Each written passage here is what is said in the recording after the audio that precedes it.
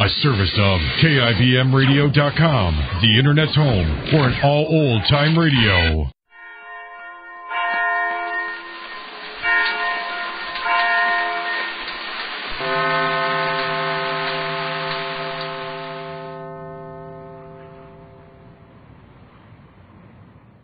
Kroger Tender Ray Beef, no other beef so fresh, can be so tender, presents Hearts in Harmony, transcribed.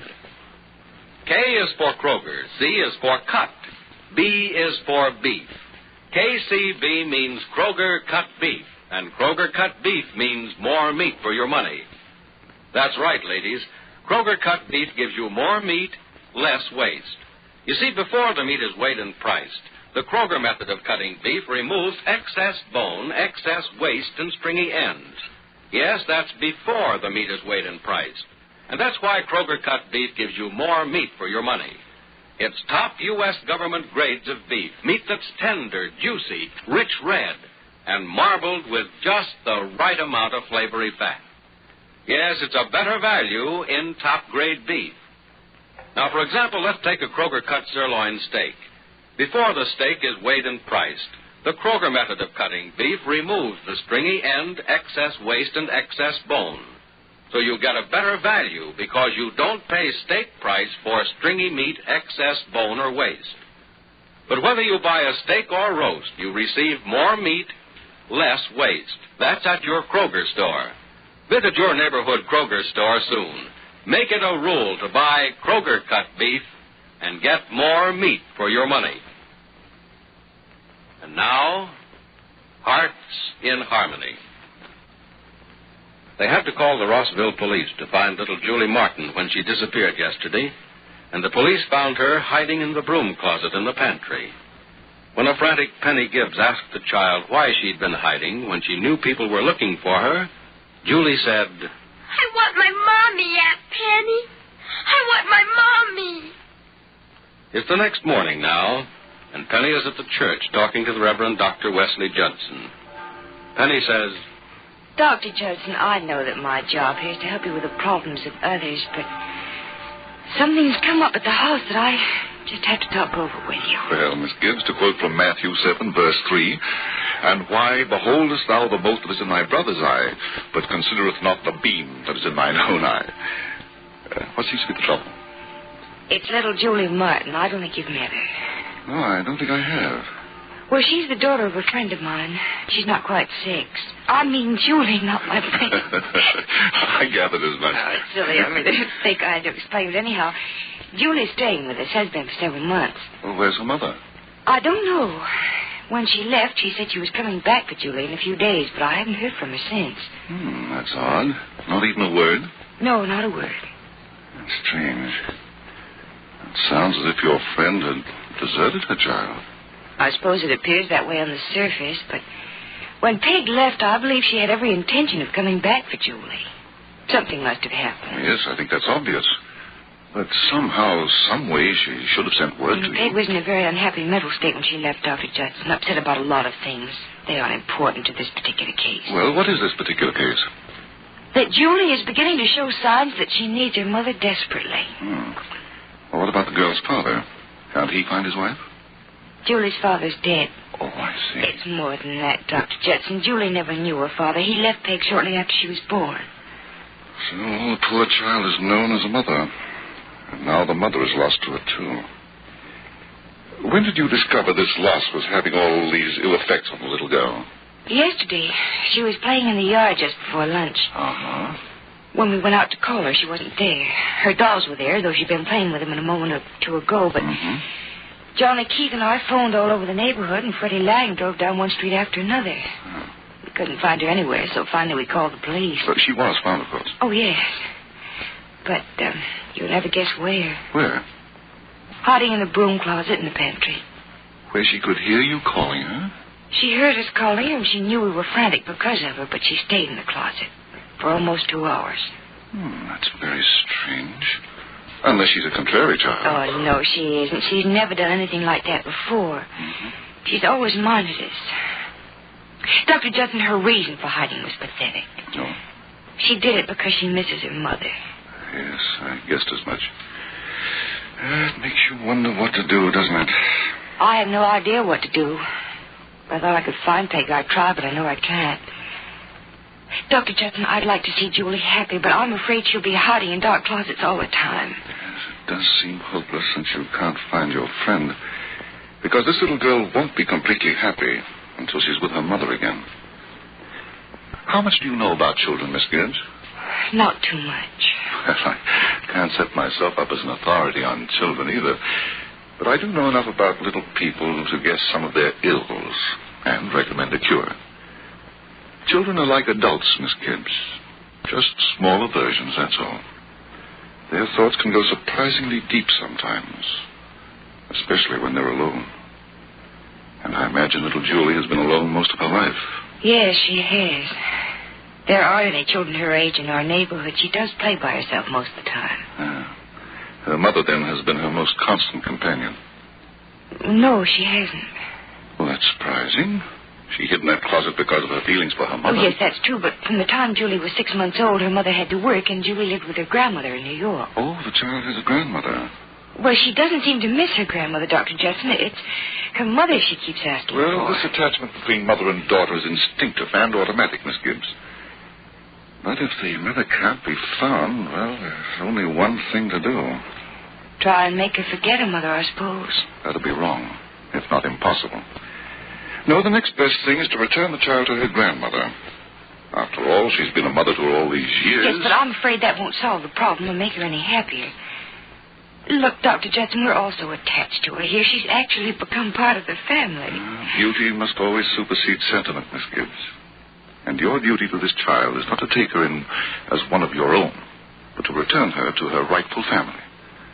And since her mother can't be found, she should be returned to the care and love of her grandmother. Oh, I know it isn't what you want to do, but it's what you have to do. Of course, I'm not surprised to hear you say this. It's kind of what I expected. But suppose she doesn't want to go to her grandmother. Well, you'll have to make her see that it's best for her, and best for everyone. If the child is intelligent, and I have no doubt she is, she'll be easy to reason with, no trouble to convince. Yes, I'm sure she'll do whatever I tell her, but I hate going to her and asking her to go. You must set aside your own personal feelings in matters such as this, Miss Gibbs. Oh, I know it's not easy to give up a lovable child, and perhaps the girl will object to being returned to her grandmother's, as you say. But believe me, you'll be doing the right thing, the thing that is your duty, by returning this unhappy child to her. Aunt Nora! Aunt Nora! Oh, yes, Julie? Aunt Nora, where's that Penny? What, honey? Where's that Penny? I can't hear you, Julie. Just a minute. Oh, there, that's finished. Now, what did you ask me, Julie? Where's that Penny? Oh, she went over to the church to see Dr. Judson. Will she be home soon? I think so. I wanted to come home soon. I wanted to play castle with me. Well, I'm sure she will, Julie. Could I help you clean the rug, Aunt Nora? Oh, I'm all finished with the vacuum cleaner, Julie, dear. In fact, I'm all through cleaning the house this morning. But I want to help. Well, I'll be doing something in the kitchen if you can help us. I'll call you as soon as I need some. Oh, thank you, Aunt Nora. Oh, I'm home. Oh, Aunt Penny. Will you play castle with me, will you? Hello, Julie. Will you play castle, will you?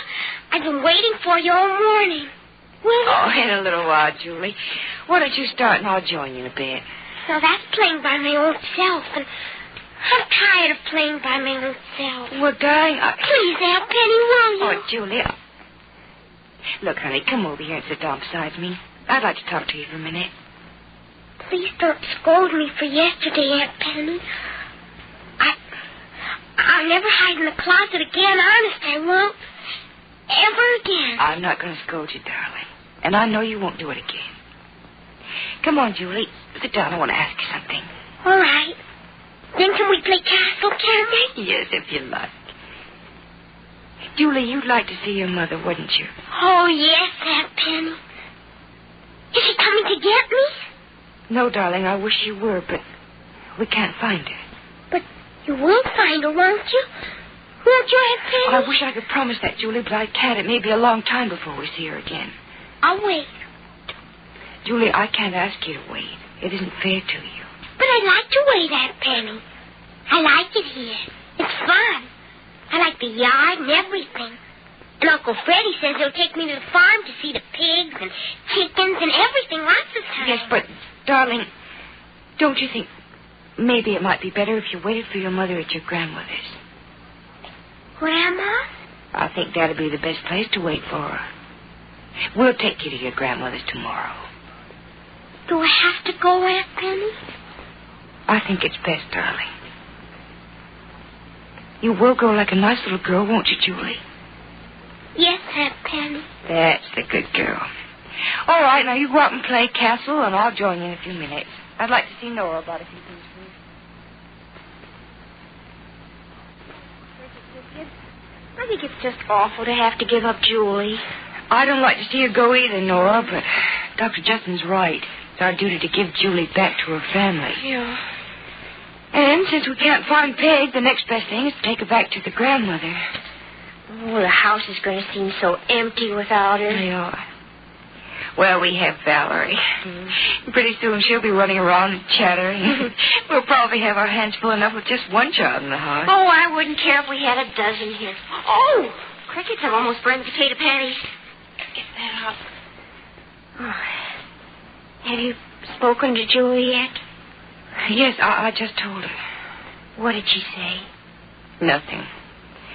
I mean, there was a funny little look on her face for a minute, but then it disappeared, and she just looked up and said, all right.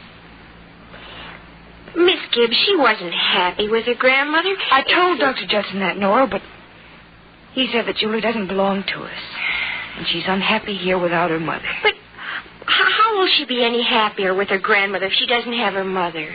She will be, I'm sure. At least she knows her grandmother's her own family, and that makes a difference. Yes, I suppose it does, but...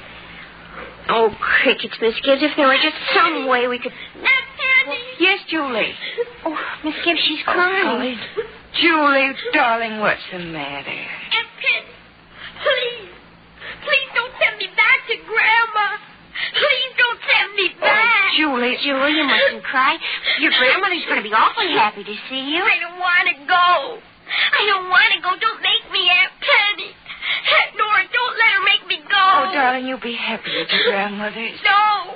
No, I won't. Yes, you will, Julie. And crickets, you'll see all your old friends. I don't want to see them. I don't want to go to Grandma's. I want to stay here. Please, Aunt Penny, let me stay here. I want to. I want to. Honest, I do. How will Penny Gibbs be able to take the Reverend Dr. Judson's sound advice and still make little Julie Martin happy? Will she take the child to her grandmother's or find some other equally just solution? Be sure to listen to the next dramatic episode of Hearts in Harmony. KCB. KCB. KCB means Kroger cut beef, and Kroger cut beef means more meat for your money. You see, Kroger cut beef gives you more meat, less waste, because before the meat is weighed and priced, the Kroger method of cutting beef removes excess bone, excess waste, and stringy ends. Yes, your Kroger meat man gives you more meat, less waste, and it's top U.S. government grades of beef, tender, juicy, rich red, and marbled with just the right amount of flavory fat. So visit your Kroger store soon. Order your favorite cut of steak or roast. If you buy a Kroger cut round steak or roast, notice that the Kroger method of cutting beef gives you a minimum of bone and removes excess waste before the steak or roast is weighed and priced. Remember, whether you buy a steak or roast, Kroger cut beef gives you more meat for your money. And remember, too, ladies, Kroger cut beef is available only at Kroger stores. So plan now to visit your neighborhood Kroger store. There's where you'll find delicious beef, top-grade beef. And there at your Kroger store is where you get more meat for your money. For Kroger cut beef gives you more meat, less waste. Get your share of this tremendous value without delay at your neighborhood Kroger store. Tune in tomorrow, same time, same station, for another exciting transcribed chapter of Hearts in Harmony. Countdown for blast off. X-5, 4, 3, 2, X-1, fire.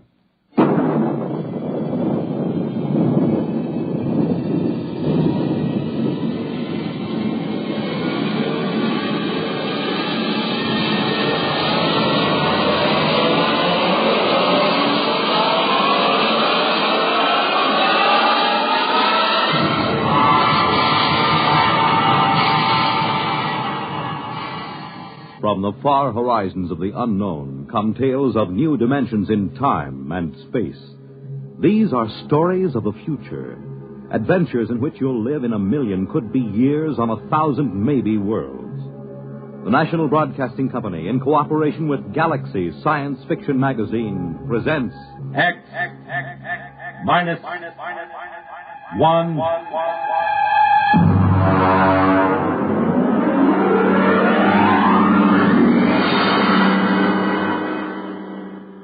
Tonight, Caretaker by James A. Schmitz.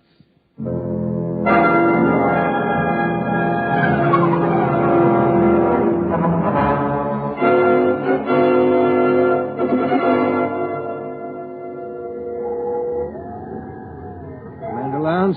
Yes, Mr. Harris. Astrogation reports planetary orbit secure.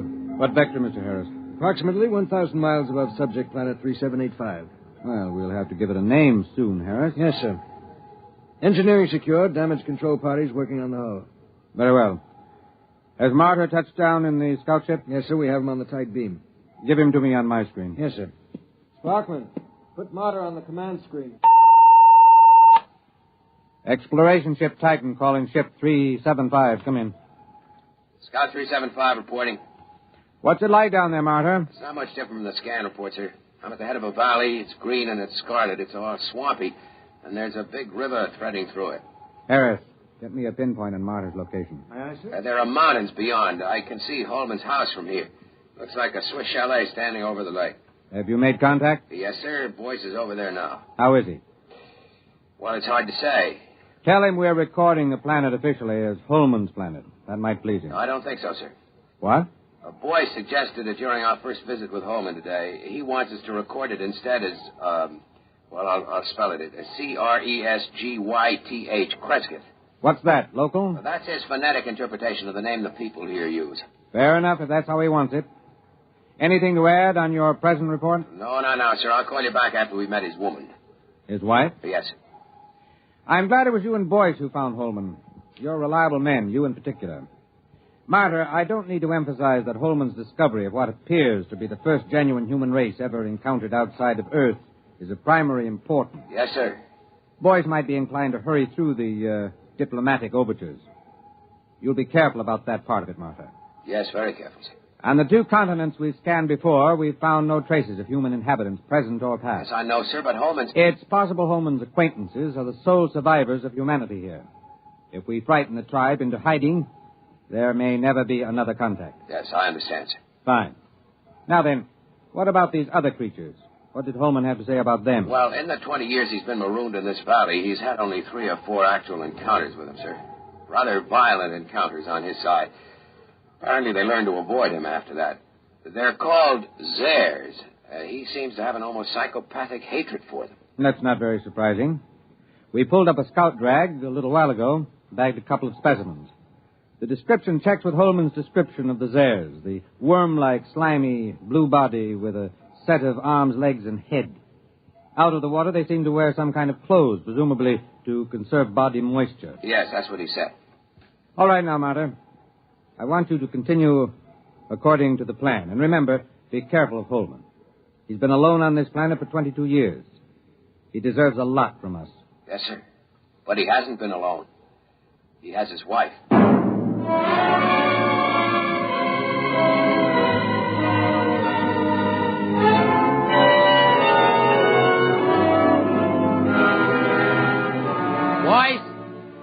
Boyce, where are you? Down here. I'm with Holman. Check in with the exploration ship? Yes, it's all right. Holman, they say they'll name the planet the way you want it. That's good. Celia will like that. Celia? My wife. I called her Celia from the start. She likes the name. I see. Where's she now? Oh, she's out somewhere. She's very timid. She'll show up sometime in the night, and I'm leaving the doors open for her. I'll talk to her a little first to reassure her, and you can meet her then. Meanwhile, would you like to see her picture? Why, you got photographs? No, I painted it. I used to do a little bit before I went into service. It's over here.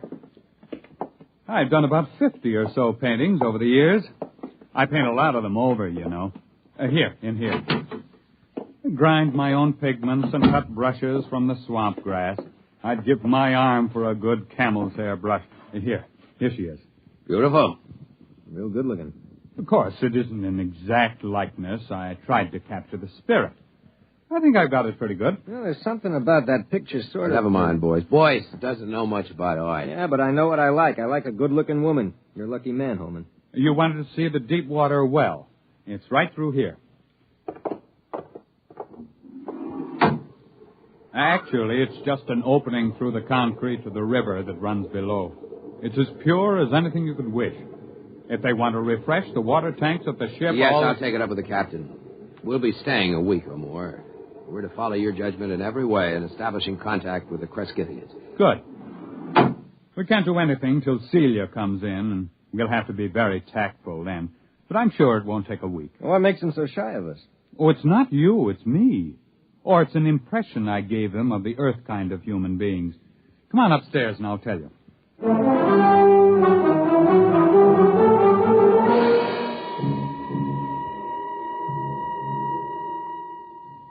Cigar? It's a local swamp grass. Is it safe? Oh, I've been smoking them for years. You were telling us about the native humans. Well, I've never asked Celia much about her people. There's some kind of very strong taboo that keeps her from talking about them. How'd you meet her? Well, our ship crashed into the valley originally. I was the only man left in the original crew of 4. Manning went insane 2 days before we made a planetfall and killed Nichols and Dawson. And so I killed Manning before he could wreck the ship completely. Have you got a light, Marta? Thanks, I'm all right. You see, it was unavoidable, but they never understood it, those people of Celia's. Well, how did they find out? I was unconscious for about a month and completely blind for 6 months afterward. Blind? Well, they got me out of the wreck and nursed me back to life. But as soon as I was out of danger, only Celia would stay with me. She and I were alone for weeks before I regained my sight. How did they know I killed the others? Well, they're sensitive in a number of ways, and there were those bodies in the ship. They withdrew from me as soon as I no longer needed their help. Then in all this time you were never able to gain their confidence? It's not a question of confidence. It's a question of, well, I'm trying to tell you. I didn't mind being alone with Celia. You'll understand that when you see her. The others stayed in a small lake village they had a couple of miles up the valley across the swamps. Celia went up there every few days, but she never brought anyone back with her. I suspected it was simply because I was an alien. I thought they'd get over that in time. Celia seemed happy enough, so it wasn't a very acute problem. Well, could you observe them? Well, one day, when she'd slipped away again, I remembered a pair of field glasses I'd taken off the ship, and I got them and trained them on the village. That was a very curious experience. I never found a complete explanation for it. Well, what happened? Well, just for one instant, I had everything in the clearest possible focus. There were children playing on the platforms above the water, a few adults standing in the doorways of a house, and suddenly everything went blurred. Well, something go wrong with the glasses? No. They didn't want me to look at them. They just blurred my vision. What do you mean? What, you mean telepathically? Well, I don't know. The glasses had a 4-mile range, and they were functioning perfectly. But the instant I turned them on the village, the field blurred. Well, I never felt so snubbed before. Yeah, I guess that's quite a hint. Well, I admit it annoyed me. The next day, I announced to Celia that I was going over to the village. Well, she made no objection, but she followed me in the distance, probably to make sure I didn't drown on the way. It's wet going around here. At last, I came over a rise and found myself 100 yards from the village on the land side, and then I realized they'd left it. I walked around it a while and found cooking fires still glowing, but nobody had waited to receive me. So I went home insulted and very sulky. I wouldn't even talk to Celia until the next morning. Well, did you see anybody there? Nobody.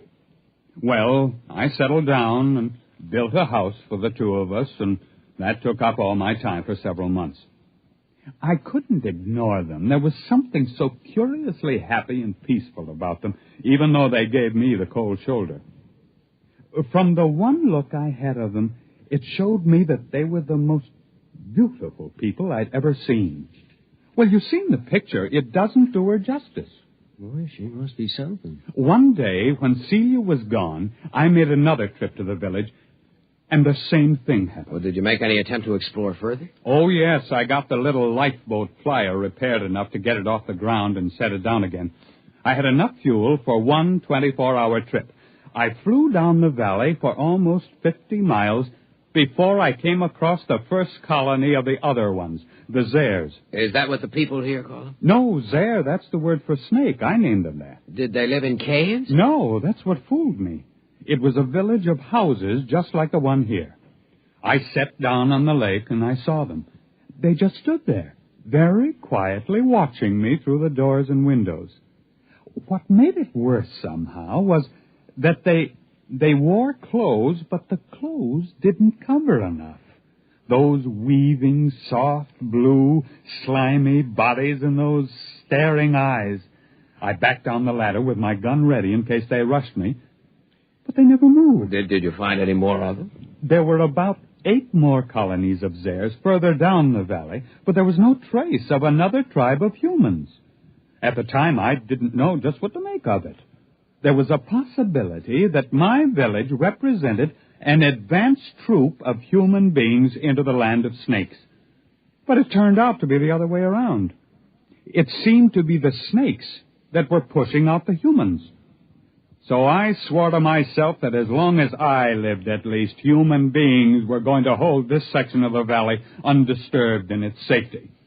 When I came back, I said to Celia, I must speak to your people. Go tell them I'll come again tomorrow, and they mustn't run away. Well, she looked at me, and then she went in the direction of the village. Did they wait for you? Well, she came back late at night, crept into my arms, and told me they promised to wait for me. Oh, I set out the next morning full of great plans. After all, the Zare snakes lived in widely scattered settlements. The villagers and I could wipe out those settlements one by one until we'd cleared the land. But then I didn't realize how different Celia's people were from us. How? What happened? Well, I came over that rise, and there the village was. This time I knew they'd stayed home. And then, not 20 feet off my path, I saw 2 of the Zares standing in the bushes, one watching me and the other looking at the village. They were the first ones I'd seen that close, and they were horrible. They had a rapacious, greedy look. They seemed oily and unclean.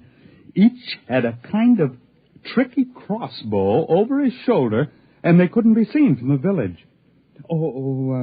Would you like something to drink? There's some kind of fermented homebrew I made. No. What happened? Well, I shot them both down before they got over the surprise. It was a natural thing to do, wasn't it? Sure, I guess so. But apparently, from the point of view of the villagers, it wasn't.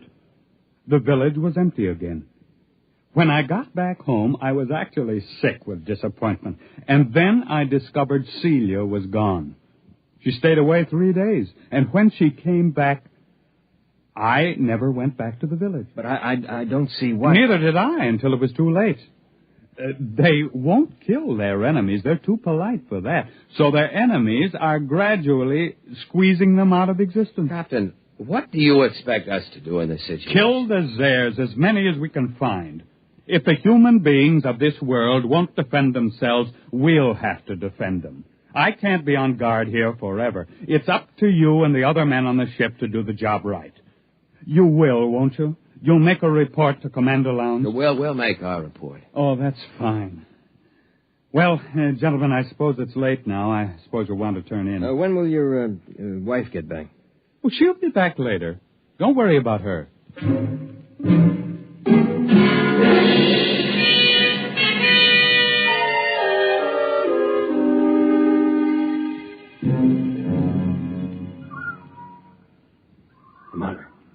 Marta, you awake? Why, what do you want? Listen. What? Somebody moving in the house. Listen. Holman? No. Listen to those steps. Now, hear him? That's no man.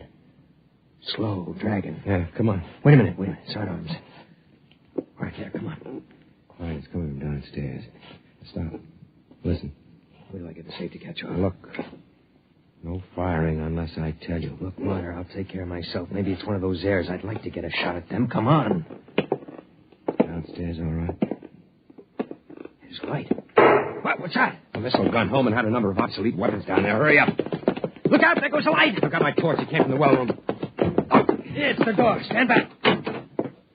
Turn your light in there. It's Holman. They've got Holman. There it goes. Stand clear. I'll blast it. Wait a minute. Get out of the way. It's one of those airs. Give me a clear shot. Hold it. Can't get out of here while we've got the well covered. Now keep your blaster ready while I look at Holman. I hear it moving back there in the shadows. He's dead. Come on, make a break for it, you rotten, slimy snake. Come on. Shot through the head with his own gun. Who's that there, that snake? You got a good look at it? No, it jumped for the shadows. There it is. Marta, swing your torch around. I'll roast it with one blast. Listen. Who's that? You who are his friends, will you listen to me? Who are you? He called me his wife. What? How'd she get in here? If that Zare gets a hold of her... Quiet.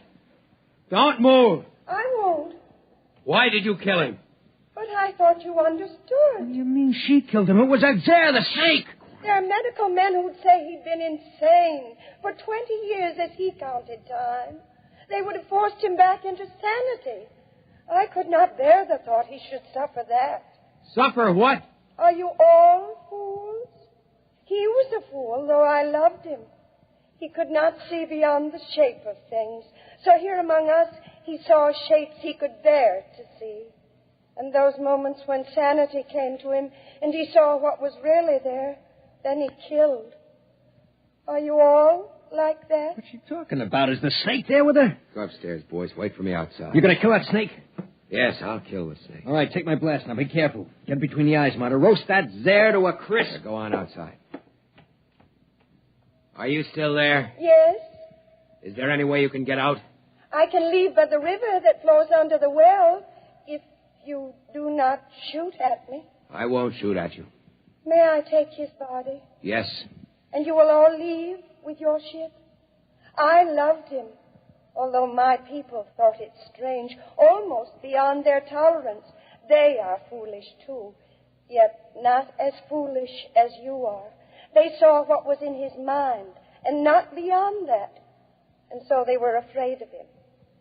But he is dead now. And there is nothing that your people and mine could share. We are too different. Will you leave? We'll leave. What did you see that was beyond his mind? A brave spirit, though very frightened. He ventured far, far, far into the dark, of which he was afraid. I loved him for that.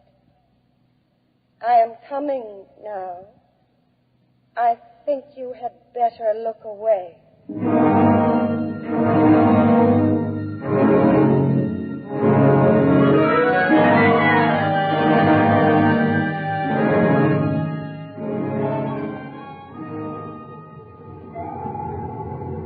Marta.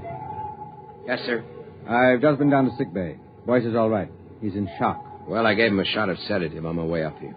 Oh, the medics say he'll be all right. They're giving him a reconstructive psychotherapy fix. He won't remember much of it. If you had looked squarely at that thing, we might have had to give you the same treatment. Our pickled specimens of the Zare are pretty hideous. I suppose it's all the way you look at it. Yes, I suppose so. Holman had his own way of looking at it. Selective, hysterical blindness maintained for 22 years, with his own type of artistic hallucinations thrown in. I can't help wishing it hadn't happened to Holman. He didn't maintain it throughout. When he was hallucinating, he saw them as beautiful. He saw her as beautiful. But when he saw them clearly, the way they really were, he killed them. Who wouldn't? I almost feel like getting out of space and staying out for good. Well, it's time to file a report and wrap up. What are you reporting? That Holman died here quite peacefully about a year before we found him, leaving a diary of inspiring courage and devotion to space exploration behind him. We'll have time enough to work up the diary. That should keep everybody happy. All secure, sir. Shall I close down the ports? Just a minute. Marta, look down there. The whole galaxy. Do you think there actually are people out there somewhere? I hope so. Do you think we'll ever find them? I don't know. They've never found us.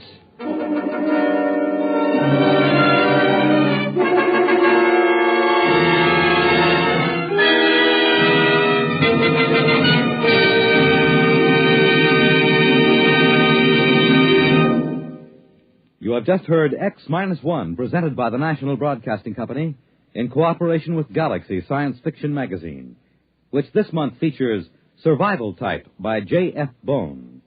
Score 1 or 1 million was not enough for the human race. It had to be all or nothing, with one man doing all the scoring.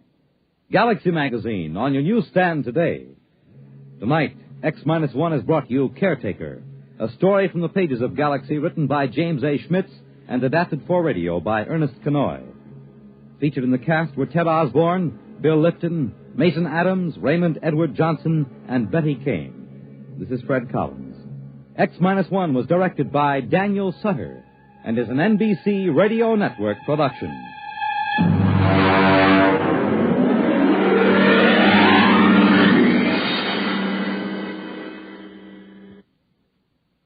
Polio is not over yet.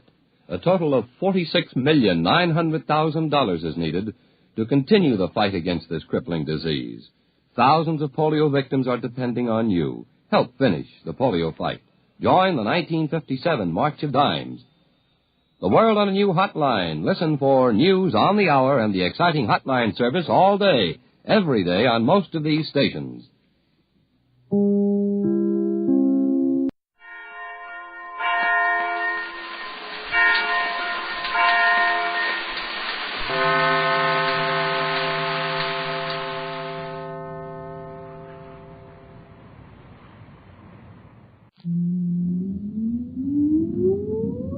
Countdown for blast off. X-5, 4, 3, 2, X-1, fire.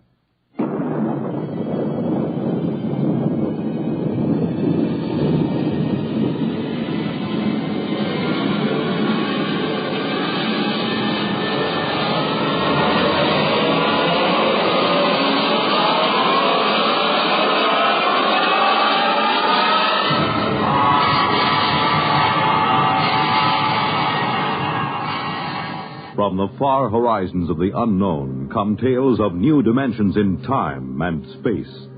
These are stories of the future, adventures in which you'll live in a million, could be years, on 1,000 maybe worlds. The National Broadcasting Company, in cooperation with Galaxy Science Fiction Magazine, presents X-1.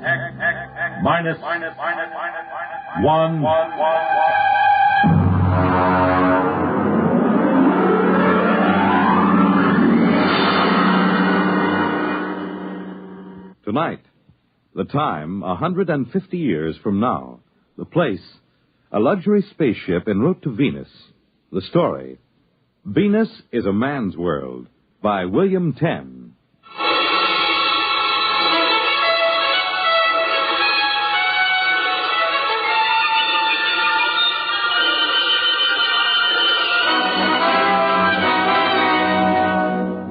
Some fellows are lucky.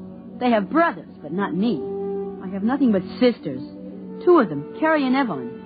Sometimes Carrie isn't too bad, for a girl, I mean. But Evelyn, boy, she's hopeless. It was Evelyn's idea to put me on that spaceship, jam-packed with 300 females, and all of them aching to get themselves husbands. In the one place that's still to be had, the planet Venus. Well, anyway, 20 minutes after we took off from the spaceport, I was bored stiff. Ferdinand, do stop fidgeting and sit down. I don't have anything to do. Well, I'll read to you and Carrie. Would you like that? No. I want to do something. What's the name of the book, Sis? Well, it's titled Family Problems of the Frontier Woman. Doesn't it sound intriguing? Peachy keen. That's enough out of you, young man. Why don't you take a walk around the ship? Can I go with Ferdinand, Sis? Well, wouldn't you rather we start the book? You should, Carrie. Every girl should read about the family problems of the frontier woman. Keep quiet, you boy. Oh, children, let's have enough of that. Now, go ahead, run along, you two. And Carrie, look after Ferdinand. See that he keeps out of mischief.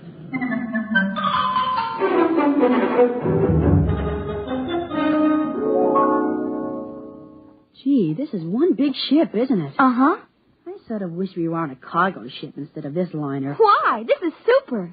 On a cargo ship, we could go climbing from deck to deck on a ladder. We could even go to the bridge or the forecastle. Talk with the crew. That's silly. Why would anyone want to do that? Because ship's crews are men. Only because we women are too busy with important things like government to run ships. Says you. Hey, what are you looking at? The sign. In the event of disaster affecting the oxygen content of the companionway, break glass with hammer upon wall. Remove spacesuit and proceed to don it. Boy, I hope we have that kind of a disaster. I sure would like to get into one of those. Oh, you're silly. Hey, let's go exploring down this way.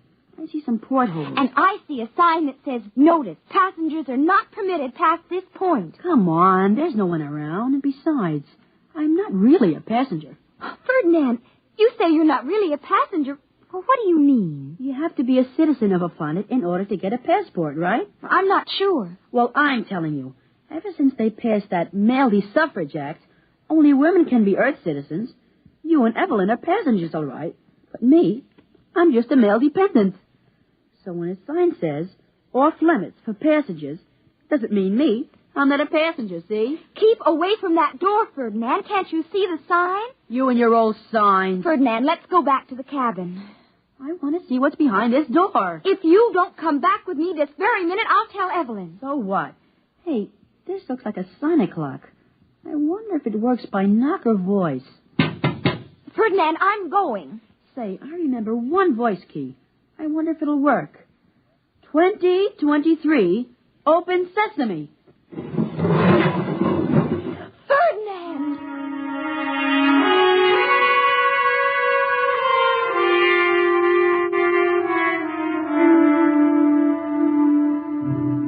Out of all the million possible combinations, I hit it just right. The door clicked open into a dimly lit hole. As the door closed, a hand closed around my throat. The lights came on, and I found myself staring up the muzzle of a highly polished blaster, held by the biggest man I'd ever seen. We just stood there looking at each other for a while, till finally he said... Why, you're only a tadpole. Sir? The little tadpole. I must be getting jumpy enough to splash. My name is Ferdinand Sparling. I'm very pleased to meet you, Mr. I hope for your sake you weren't a tadpole brother to one of them husbandless Senora. Husbandless what? Senora, herd of females looking a nest. I come from Flatway, folks. You're a Venusian? Yep. What part of Earth are you from? And what are you doing on a spaceship to Venus? You know, the 3 out of 4. How's that? The 3 out of 4. No more than 3 women out of every 4 on Earth can expect to find husbands. Not enough men to go around, with the Third Atomic War and all. Why, back in the 20th century, some of our best men went to the planets. My sister Evelyn says that by now, most of the men on Earth aren't even worth marrying. That's for sure. Those busybody Senora took care of that. Earth, what a place. I had a belly full. Why did you come in the first place? I came looking for a wife. Women are pretty scarce on Venus. I heard that there was a surplus of them on Earth. I can't understand why any man would even want to marry a woman. How old are you, Tadpole? 13, almost 14. Well, that explains a lot of things, Tadpole.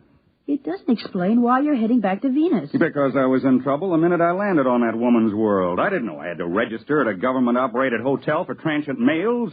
Imagine, they told me a man couldn't say anything in court. All talking was done by female attorneys to a female judge. But I told them off. I told him where I come from, a man spoke his piece when he had a mind to, and his woman walked by his side. Well, what happened? Oh, I was found guilty of this and contempt of that. But I wasn't going to serve all those fancy little prison sentences, so I broke out and stowed away. You mean that you're breaking the law right now? Sure, aren't you? Oh, I guess so. I'm also a man outside the law. We're in this together. Shake, Ferdinand. Ferdinand? That's not a right label for a sprouting tadpole. I'll call you Ford. My name's Butt. Butt Lee Brown. Is Butt a nickname like Ford? Yeah, short for Alberta. But I haven't found a man who can draw a blaster fast enough to call me that. You see, Pop came over in the 80s with the first wave of immigrants from Ontario. Named all of us boys after Canadian provinces. I was the youngest, so I got the name they were saving for a girl. Golly, Mr. Butt, You must have had a lot of brothers. Yeah, full nest. There's Sass. His real name is Saskatchewan. Manny after Manitoba. And Uke, he was named for Yukon. I got one for every province and territory in Canada. Golly, all I have is 2 sisters. Oh? Tell me about them. Well, there's Carrie. She's almost 16. Hey, well, how about your other sister? She a little older? She's old, all right. Evelyn's almost 21. She pretty? Who? Your sister Evelyn. Oh, I don't know. She's healthy. She's got very good teeth. If I know her breed, she's bossy and opinionated. Well, I know the women. Yep. There goes the dinner going forward. You better scat. Growing tadpoles need their vitamins.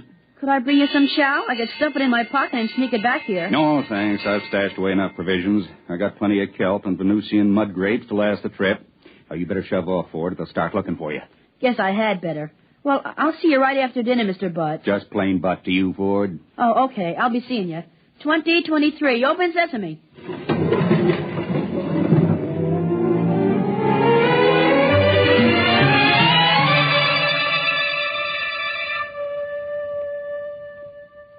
Ferdinand, please be seated. I want to talk with you. Now? They just rang the dinner gong. I am aware of that. Now, where have you been? Around. I demand a straight answer. Where have you been, Ferdinand? I told you, sis, around. And don't call me Ferdinand. Call me Ford. That's what Bud calls me. Bud? Who is Bud? Oh, nobody. I just made it up. Ferdinand? I can't tell you. I can't. You must. Well, you promise you won't turn him in. Well, Bud's my friend. He's a Venusian. He's going home. Aboard our ship, the Eleanor Roosevelt? Ferdinand, don't you realize you've been consorting with a stowaway, a criminal? What sort of antisocial ideas has this warmongering masculinist been putting into your head? Bud's a nice guy. He asked about you. Oh, indeed. I told him you had very good teeth. Really? Well, take me to this man. I will if you promise not to turn him in. No, I promise.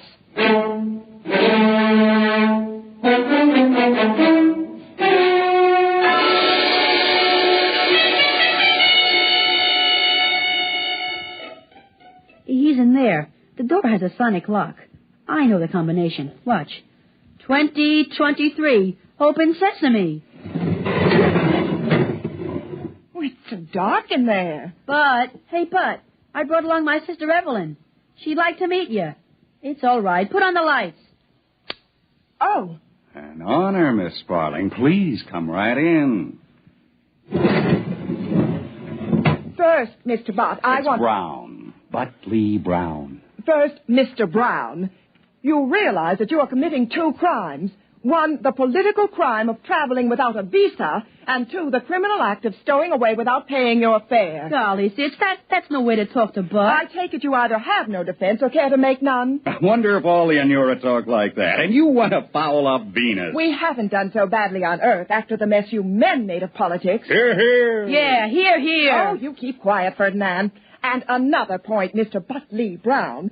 I don't suppose you know that under space regulations, you've made this poor child an accessory. But didn't make me anything. Let's not talk law, female. Let's talk sense. I'm in trouble because I went to Earth to look for a wife. You're standing right here now because you're on your way to Venus for a husband. So, let's. Let's? Let's what? Are you daring to suggest now, that... Miss Sparling, no hoopla. I'm saying let's get married, and you know it. Gee, sis, say yes. And what makes you think that I consider you a desirable husband? Figure it this way. If you wanted a poodle, you're pretty enough to pick one up on Earth. When you go charging off to Venus, you don't want a poodle, you want a man, and I'm one. I own 3 islands in the Galertan Archipelago. Good farmland when they're cleared. I got no bad habits, outside of having my own way. I'm passable good-looking. My teeth are good, too. Besides, if you marry me, you'll be the first mated on this ship, and that's a splash most nesting females like to make. You know, there's more to marriage than just doing... So there is. Well, we can try each other for taste. Now, me, I'd vote yes. Me too, I'd vote yes. Now I'll cast my vote.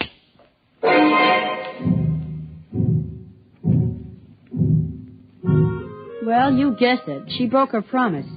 I suppose the kiss did it. She put it a stowaway to the captain, and he sent the detail from the ship's crew to halt Bud off to the brig. Well, later that afternoon, all the passengers, 300 females and me, gathered in the lounge for the hearing. It's all on account of you. Shush. Don't shush me. You promised you wouldn't get Bud into trouble. Oh, you snitch. Shush, the captain is rapping for quiet. By authority vested in me under the Pomona College Treaty, the stowaway, a Venusian, Butley Brown, will be tried for violation of Articles 16 to 21 inclusive of the Space Transport Code. Purser, bring in the prisoner. Ladies! Those cheap extroverts, and they call themselves responsible. Ladies! Dear ladies! Thank you, ladies. Butley Brown, I order your person and belongings impounded for the duration of this voyage as set forth in sections 41 and 45. Captain, the sections are 43 and 45. You're quite right, Miss Sparling. Sections 43 and 45 of the Mother Anita Law Emergency Interplanetary Directives. Aren't you even going to give me a fair trial before you hang me? Ladies, I beg of you, ladies. Captain, what exactly are the charges against me? You're a stowaway. I can pay for my passage. You can? Well, then I guess we can dismiss the charges. Ladies, gentle ladies. Just a moment, Captain. Yes, Miss Sparling? I demand justice. You can't let him off that lightly. Besides, there's the other charge. What other charge? Assault. That comes under sections 18 through 35 of the McDonald Law. It does? Well, then would you tell the court in your own words exactly what happened? Well, when I first laid eyes on Mr. Brown, he seemed to be a fundamentally decent chap, despite his barbaric notions on equality between the sexes, or worse. I was positive I could shame him into a more rational social behavior and make him give himself up. Go on, Miss Sparling. Just as I was getting over the colossal impudence involved in his proposing marriage and was considering the offer seriously, on its merits, as one should consider all suggestions, he deliberately dropped the pretense of reason. Get her. Ferdinand! My name is Ford, and you're nothing but a big snitch. You promised not to get Buttons into trouble. Your name is Ferdinand, and stop trying to act forcefully like a girl. It doesn't become you. Miss Sparling, did I understand you to say that you were considering Mr. Brown's proposal of marriage? That is true.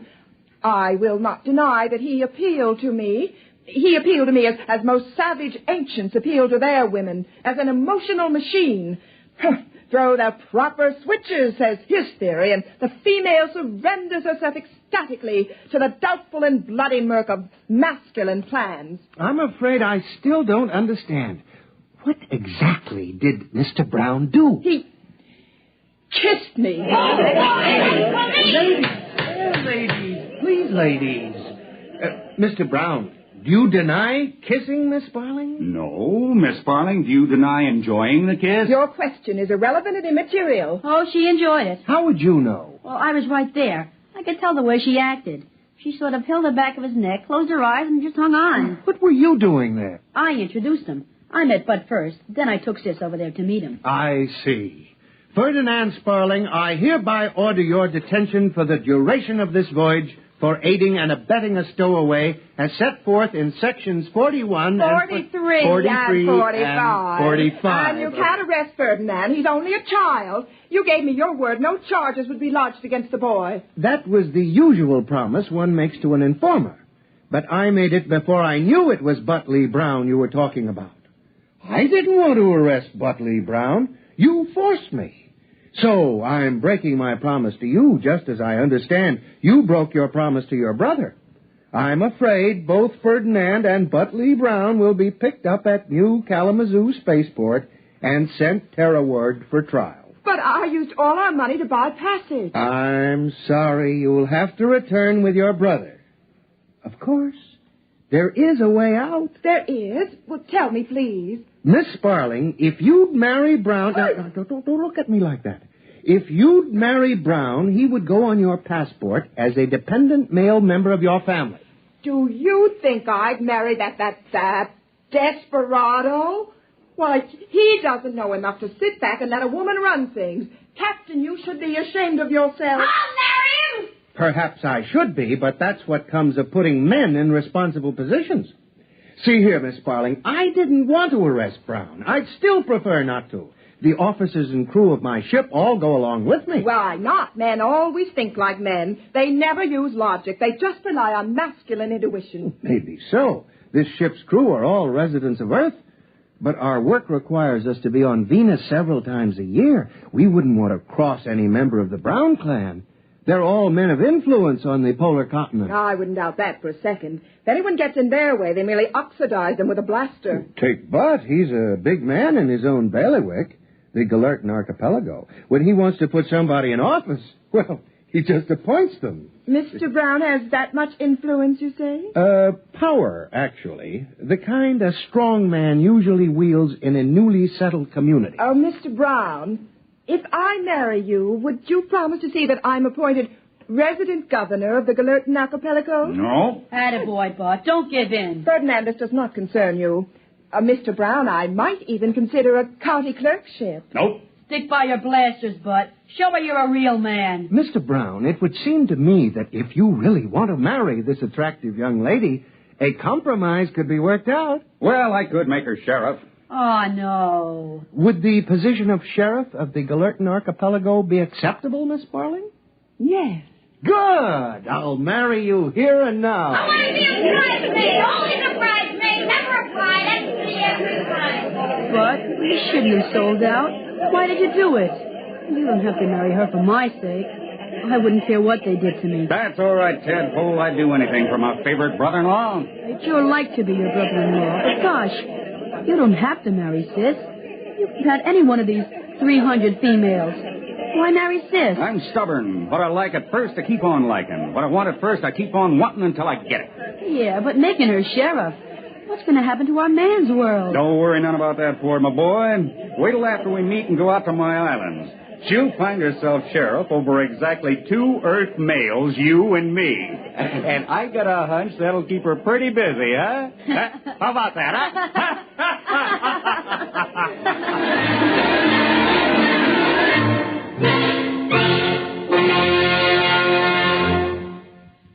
You have just heard X-1, presented by the National Broadcasting Company in cooperation with Galaxy Science Fiction Magazine, which this month features An Eye for a What? A story of the Earthmen who thought they couldn't hurt a friendly alien if their lives depended on it, while all the time their lives did depend on it. Galaxy Magazine, on your newsstand today. Tonight, X-1 has brought you Venus is a Man's World, a story from the pages of Galaxy written by William Tenn and adapted for radio by Arthur Small. Featured in our cast were Dennis Bellavio as Ford, Bob Haig as Butt, Jerry Ann Raphael as Carrie, John Gibson as the captain, and Frederica Chandler as Evelyn. This is Fred Collins. X-1 was directed by Daniel Sutter and is an NBC Radio Network production.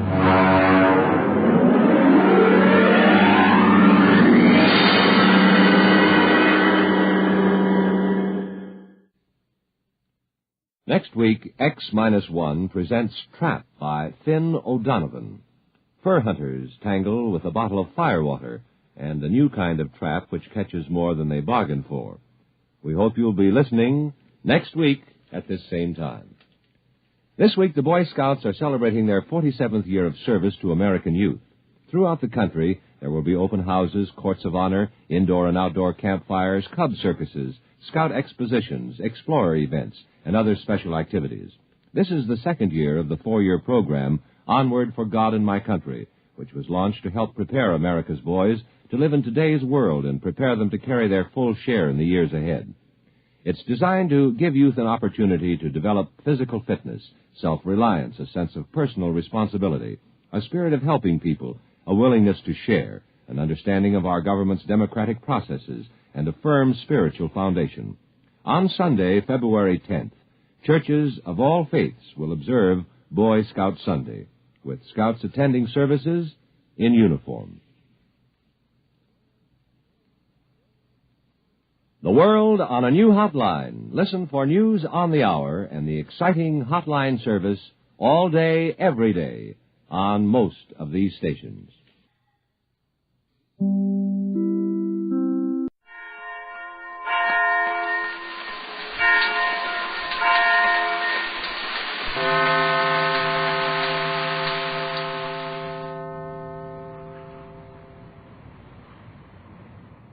When the powerful diesel-motored cruiser bearing the Gregory party swept away from the Magic Island, their escape seemed perfect. With only enough oil on board to run the motors a short time, a radio message from Johnson saying he was dropping drums of oil with lighted buoys along their course cheered them on. Then, just 50 miles from Euclidia, the motors sputtered and went dead. And barely in time, the first oil drum was sighted and picked up. But it's now 3 hours later, nearly midnight, and the motors of the Gregory boat have not turned over since the oil drum was taken aboard. They will never run on the oil from that drum, because the drum contained not oil, but turpentine. In the inky blackness of the subtropic night, Captain Bradford and Jerry stand at the rail near the stern of the helpless boat. Gee, Tex, we've only made about 2 miles in the last 3 hours. That won't do us any good. I know it, Jerry, but there isn't a thing we can do about it. That little scrap of sail is all we can hang on to. And even in a stiff breeze, we couldn't make over 4 or 5 knots. With this deadly calm that's all around us, we're lucky to hold her steady. Why can't we add more sail, Tex? Oh, we've got plenty of canvas, and we could lash a long spar to the mast and hang it on there. It might not look so good, but it'd catch a lot more wind than that dinky little thing. I don't think I haven't thought of all those things, Jerry. That would only make matters worse if we got a real breeze. How come? I thought the more sail, the more speed. Well, that's okay up to a certain point. And on a vessel that was intended for sail. But the mast on this boat was only an afterthought, to use as a radio aerial, and for a little auxiliary sail at times. If you really hung enough canvas on that mast to kick this boat along at good speed, she'd bury her nose so deep we'd never come up. The mast is too far forward. We haven't got keel enough for a canoe. Just won't handle as a sailboat. Gee, Captain Bradford, it doesn't look so hot for us. No, kid. We could be a lot better off than we are now. 8 bells, midnight. And we're just about as close to that island as we were when we picked up that oil drum 3 hours ago. Afraid so, Jerry. We haven't made more than a couple of miles. 3 at the most. And those Euclidean guys have had 3 hours to wake up and start doing things about catching us. Yes, and I think that formula of mine, which put them to sleep, might be wearing off any time now, too. Don't you think we ought to call Johnson, Tex? I hate to do it. It means that steamer will have to turn around, bring him back here to us, and then probably be captured along with Johnson and all the rest of them. I'm sorry for Mrs. Gregory. Yeah, it's been mighty hard on her, all right. Well, it doesn't matter so much about you and me. After all, we're men, and we can stand a lot more than women can. But poor Mrs. Gregory's been hunting for Joan all over the world for 14 years. And now she's found her. Well, it looks like maybe she'll never get back home. Well, we mustn't give up, kid. We found that crazy island, which the rest of the world didn't know existed. We spent a lot of days there, and we got away. That's more than anybody else ever did. Yeah, but don't forget about the old sailor they turned loose just long enough for him to broadcast the radio message that brought us here. They took him back to the island, and, well, that was the end of him. Yes, I know, but nothing like that's going to happen to us. And say, we never did find the old sailor's diary. I wish Joan and I could have had time to look for it when we went down inside the island. Oh, it's no use. Anyway, I think Joan knows as much or more about that place as that poor old man ever did. Oh, gee, I just can't stand here and look at the dark any longer. Well, what else can we do? Well, we can walk around the deck. That's better than standing still. Well, all right, here we go, son. May not do any good, but it certainly can't hurt anything. I'm getting like you. I've got to do something to keep from thinking what a jam we're in.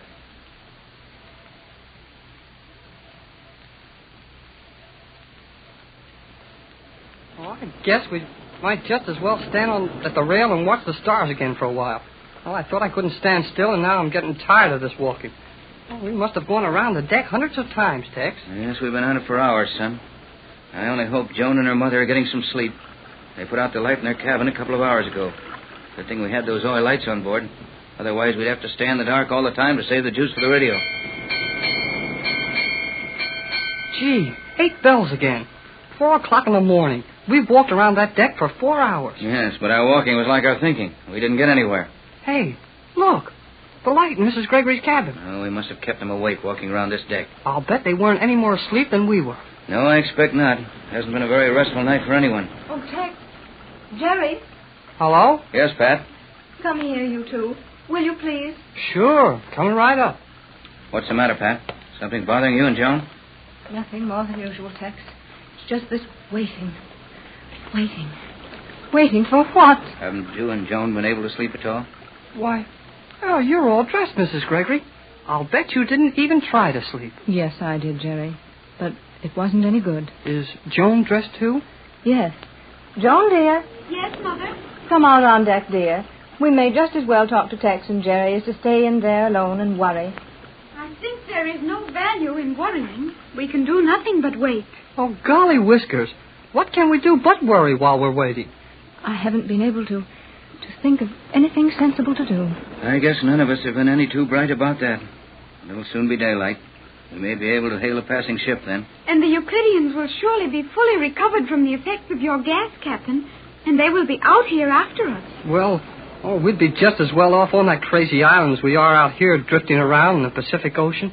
But the Euclideans will not be inclined to treat us kindly if they take us back there now. I've been wondering just what their attitude will be. You don't think they'd do anything terrible to us, do you? I think our lives will be safe until G47 gets the captain's formula. But they have many ways of making life very unpleasant. Yeah, and I'll bet old G47 remembers them all for us. Well, let's walk around the deck. Jerry and I put in 4 hours at it, and it does help to pass the time away. I'll say we walked around the deck. I was going to count how many times we did, but I lost track somehow. I will count the revolutions we complete, Jerry, and you figure how far we travel. That will give us something to do at least.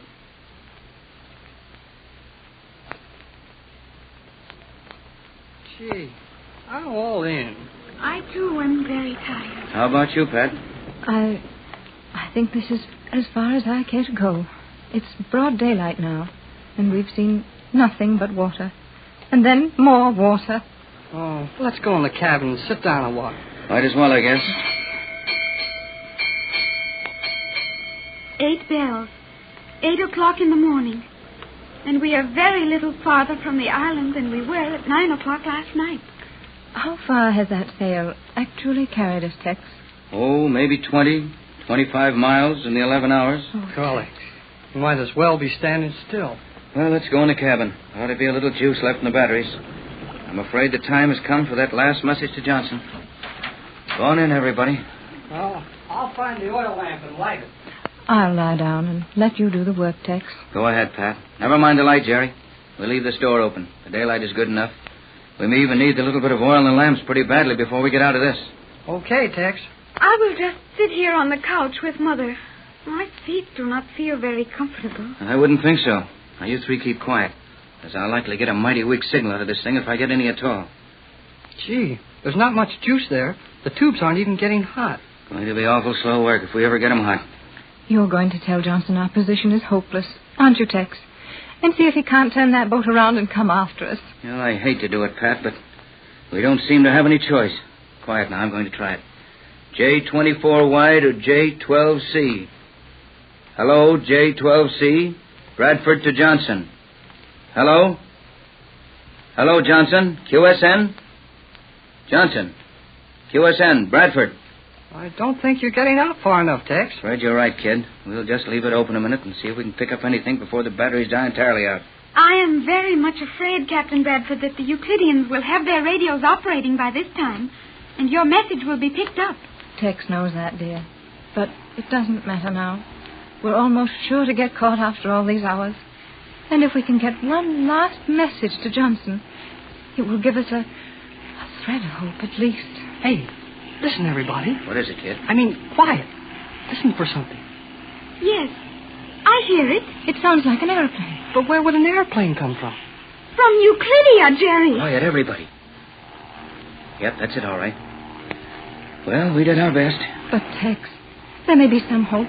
That plane doesn't have to be from Euclidia. Oh, I guess there isn't any other place it could be from. Euclidean speed plane to Gregory Boat. Oh, it is a Euclidean plane. Euclidean plane to Captain Bradford.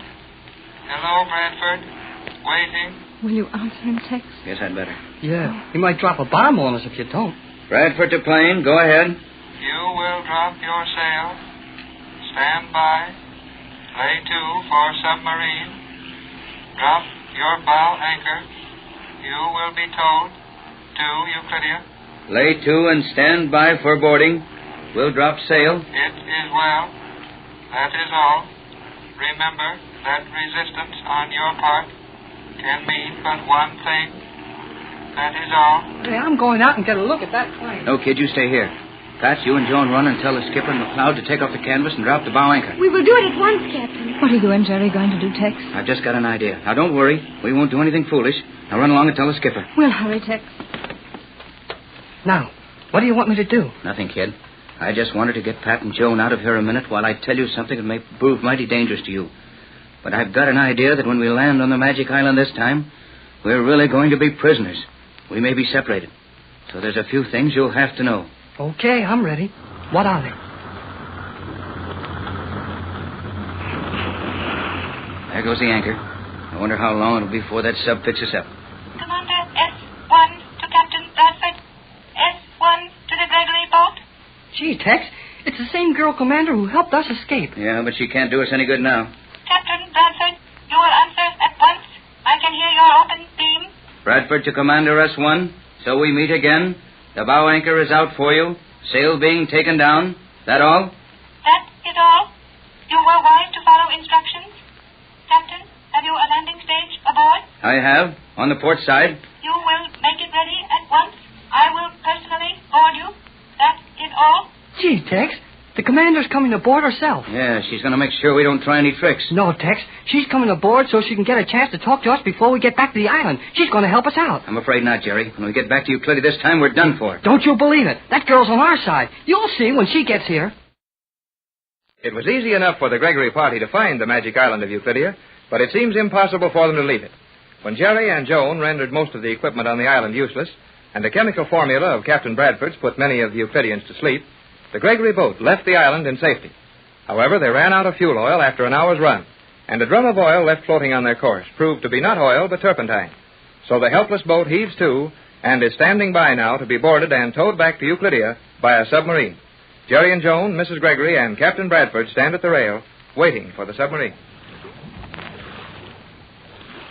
But I tell you, that woman submarine commander's a good friend of ours. Yeah, but don't be too sure of that, Jerry. She's coming out to capture us, isn't she?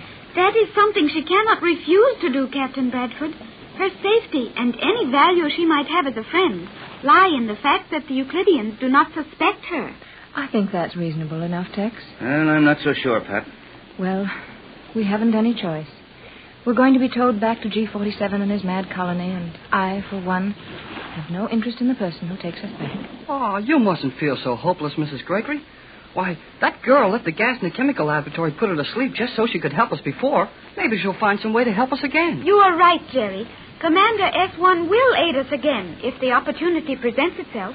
Yeah, but I've got a notion that after the way we handled him, old G47 is going to make it his business to see that no such opportunity gets a chance to present itself. I wonder how close the sub was when she called us on the radio. Would there be any way of knowing that, Tex? No, and it wouldn't do any good if we did know. Thinking about getting a last-minute message to Johnson, weren't you, Jerry? Yeah, I thought we might as well try it. That would be of no help, Jerry.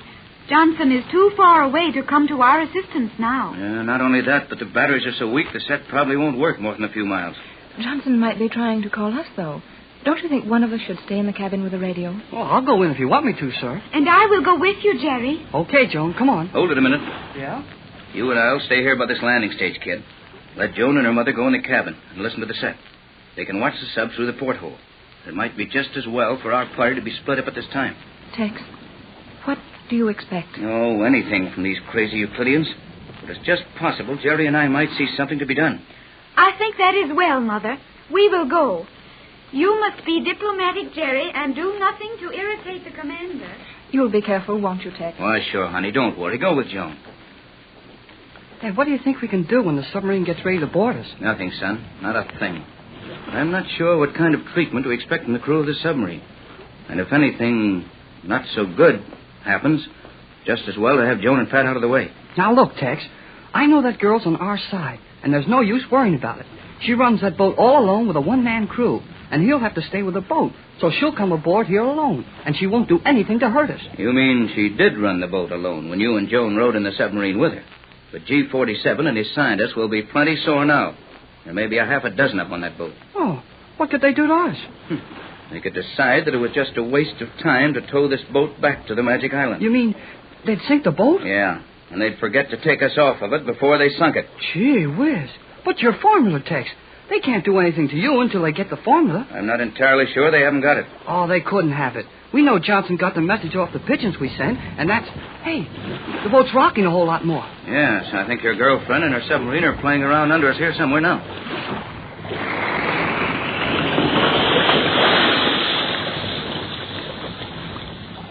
golly, Whiskers. There it is, Tex. There's the nose of the sub. Yes, sir. Sticking straight up out of the water. I could almost reach out and touch it. Better not. They'll be throwing open the port and the nose of it in a minute, and that thing's plenty heavy. Look how it stands there, Jerry. Steady as a rock. Those Euclideans certainly know their stabilization principles. I think I heard a noise inside the nose of that thing.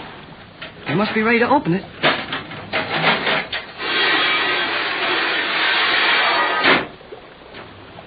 Boy, look at that. The whole end of it opens up. They sure hit that landing stage neatly. Here comes the commander. You were right, Jerry. She is one of the most beautiful girls I ever saw. Well, we'd better help her up to the landing stage. That will not be necessary. I personally stabilize the submarine at this point. I can easily step to the landing stage. Mighty independent, isn't she? She's coming aboard alone, too. What did I tell you? I hope you're right. Sorry we can't offer you more hospitality, Commander, but we're rather helpless here. You need not apologize, Captain Bradford. I would hardly expect more from one who would attempt such a foolhardy escape as yours. Well, we figured it was worth trying. Welcome to the ill-fated boat, Commander. The ill fate of this boat is only in the contemplative stage now. I got that one. You mean old G47 hasn't had time yet to figure out anything mean enough to do to us? For one who speaks such a strange jargon as you, Hall, your understanding is surprising at times. Oh, I'm all here. Enough of this. You understand what must happen, Captain? I'm afraid I do. You're to tow us to the island, and again we will be prisoners. Exactly. But there is more. This time, you will not be allowed the freedom you previously enjoyed. You will be prisoners, in fact. You mean we'll be put in those confinement cells? Precisely. Well, it will surprise me pleasantly if that's the worst that happens to us. That will be only the beginning. Where are Mrs. Gregory and Cleostra? Well, Mrs. Gregory and Joan are in the radio cabin. Will you take me to them at once? We have little time. Might I ask what you want to see them about? I wish to explain to them that they will accompany me in the submarine, and I wish to explain to them privately. You're going to take Pat and Joan with you in the sub? And the captain and I stay here while you drag this boat in by the anchor? Precisely. Will you hurry and take me to them? No use arguing, Tex.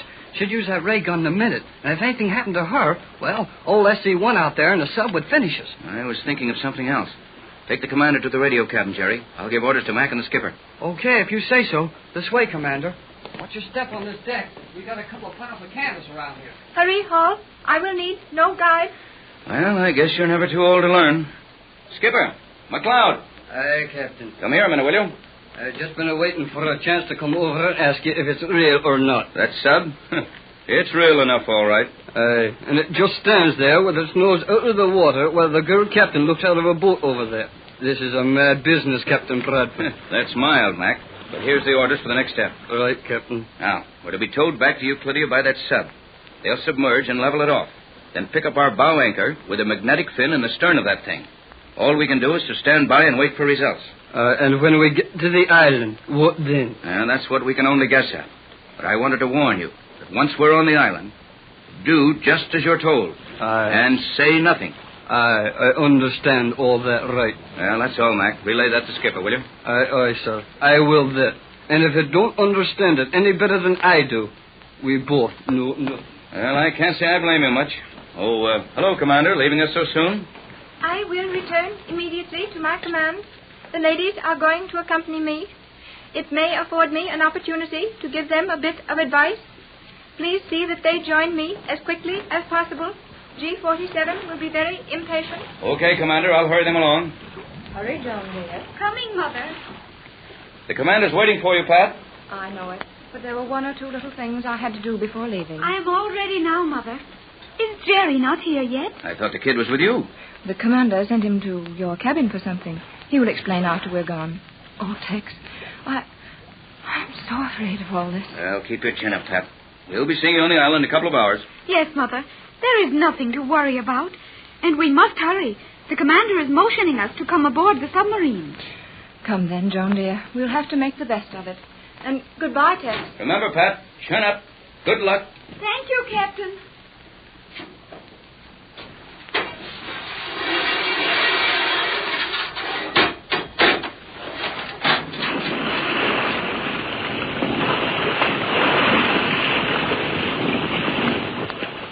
Well, there she goes. I wonder where all this will end.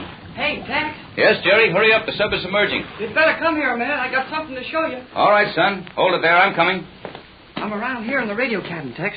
I'm sorry I had to yell at you to come here, but I was afraid to be seen around on that side of the boat. What's it all about, kid? Well, I think we'd better shut the cabin door. We can't do any good by watching the top of the water anyhow. You sound mighty mysterious. Well, there it is. What's on your mind? Well, look. Now, you know Joan and I had a couple of those Euclidean 5-minute ray guns? And those 2 big ones we took off the guards? Yes, I know. What about them? Oh, that girl commander brought us some of the little cylinders you slip inside them. Kind of like a reload. She did, huh? Well, have you got them all fixed up now? Yeah, here they are.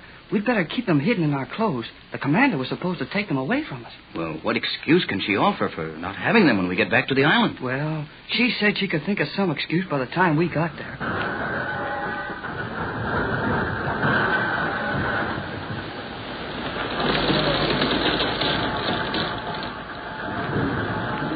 Sounds like the submarine must be hooked onto our bow anchor. Yeah.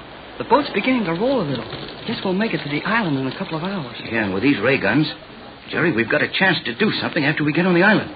But listen, we'll have to watch our step. The commander said to leave that guard tied up where we've got him till we get to the island. Yeah, a lot of good he did us. Couldn't get a word out of him. Well, we might have if we could have had only taken him farther from that. Hey, Tex, the boat's listing pretty bad. Yeah, guess that bow anchor line is straining crooked. No, something funny's going on here. What's up, Skipper? Listening. Yeah, I just noticed it. That anchor pulling crooked? No. What's wrong, then? Leaking. This boat's leaking? Aye. What from? Hole. We're shipping water through a hole? How did a hole get in this boat? Chop. Who could have done it? Prisoner. That Euclidean guard got loose. Well, where is he now? Gone. Golly whiskers.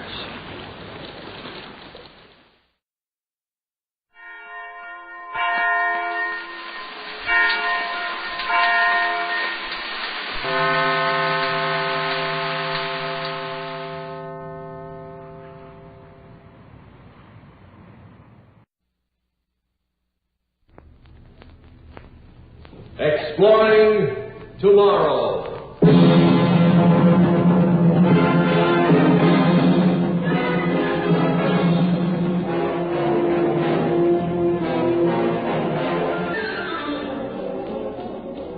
And now here is your guide to these adventures of the mind, John Campbell, Jr. There's the old saying that power corrupts, and absolute power corrupts absolutely. You know, it isn't really power that corrupts, but immunity to punishment and control. And every fool with a little power wants to achieve that immunity. Usually it's held that like attracts like.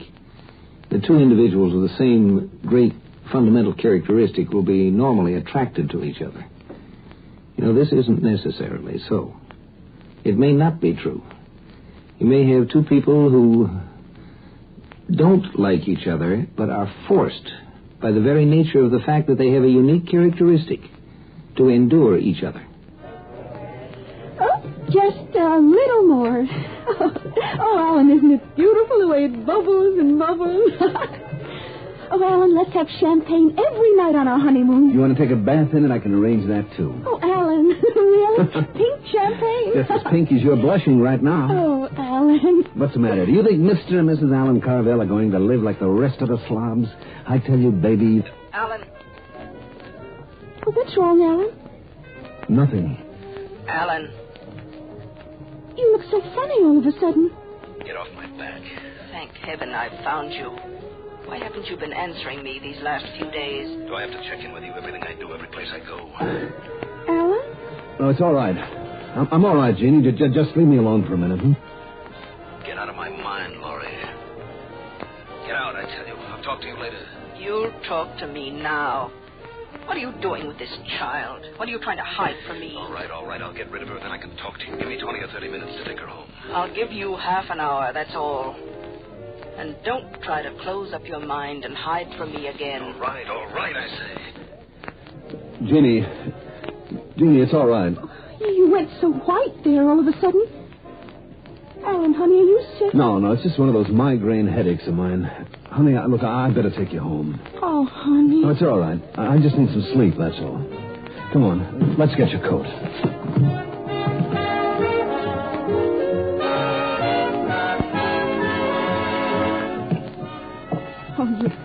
better not come in.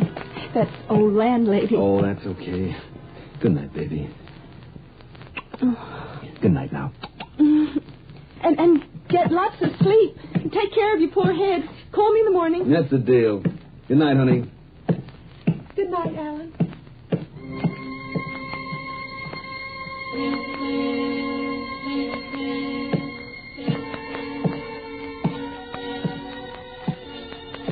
What makes you do things like that, Alan? You stuck with me every inch of the way, didn't you? How old is she? 16? 17. What's it to you? Oh, I have to be conscious for both of us. Thank you, sweet Lorraine. Who asked you to? You did, Alan. You always have. All these things you do are challenges to me to set right. All your venom against a fate that made you one of the only 2 telepaths in the world is twisted against me, your only partner in this lonely land. You strike out at me because I'm like you, and because by the same chance that made us, I'm the stronger one. That's a lie. I can break loose from you any time. Let me go. I can't breathe. I won't hurt you, Alan. I could never hurt you. Though I thank whoever or whatever's responsible for making us as we are, that it's me, not you, who has the additional power to reach out and move physical objects with my mind. You would. You waste something like that and then feel good about it. What I could do with something like that. Why don't you leave me alone? Because I love you, Alan. If you'd been a man with decent instincts, bound as we are together, we could have married and found what little happiness is possible for 2 like us in this world. But there's a twisted streak in you that wouldn't let you settle for that. Go ahead, play the little mother. You're no good for anything else. You didn't think so once, Alan. You're over the hill, baby. Face it. I've faced it, Alan. Have you? What do you mean? Can't you see you're getting worse?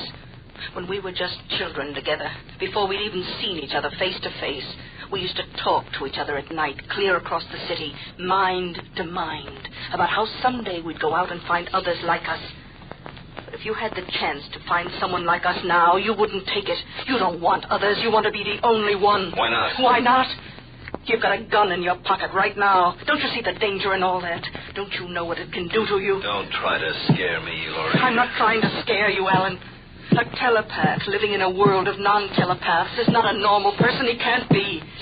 He has to walk a chalk line all the time to preserve his sanity. He can't afford inner conflicts or emotional violences or shocks. What do you plan to do with that girl? What's the gun for? And what's that you're trying to hide right now, right under the surface of your mind there? All right. You want to know? I'll tell you. I'm getting out. I'm getting away from this city and away from you, and that girl goes with me. I'm going to take what I want, anything I want, and live like I deserve to, and you can't stop me. Alan! Alan, answer me! Don't shut yourself off from me like that! Alan! Alan!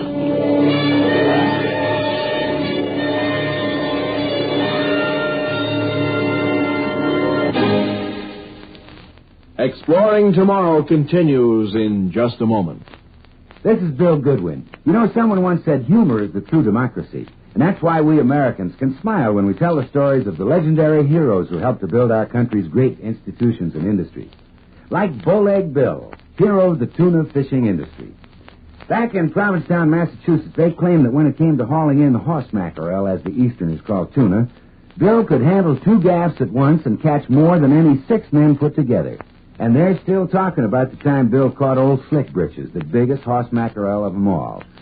No one could ever get his hooks into Slick Britches, who weighed 2,000 pounds and had a tail 6 feet long. But Bowleg Bill promised to land him single-handed. He set out in his boat's toss-up, and when he spotted Slick Britches, he made a grab for him, but the tuna slipped through his hands. So Bill dove over the side, and before folks knew what had happened, Bill was sitting astride old Slick Britches, who was bucking like a bronco. He leaped almost a mile out of the water, but Bill hung on. All over the harbor they went, jumping and leaping, but still Bill hung on. Finally, Slick Britches gave one last leap over the toss-up, and then calmed down, all the fight gone out of him. Bill steered him toward shore, but all of a sudden he headed him back out to sea, slapped the tuna's tail, and jumped off. Now, folks were mighty disappointed when Slick Britches disappeared, but it was like Bill told them. There's nothing that'll break a cowhand's heart so quick as to find a critter with the rough all rode off at the first mount. Yes, sir, it is a democracy which lets us tell the stories of such a legendary character as Bowleg Bill with a twinkle in our eyes and a chuckle in our throats. And so long as we continue to laugh together as a people, ladies and gentlemen, we will live together as a nation. Telepathy has long seemed like a wonderful thing to have, a wonderful possession. But have you ever considered it in terms of the absolute end of privacy? You know, explorers have found that if you put two men in one little cabin isolated far away from the rest of the world, they don't learn to like each other. They learn to hate each other.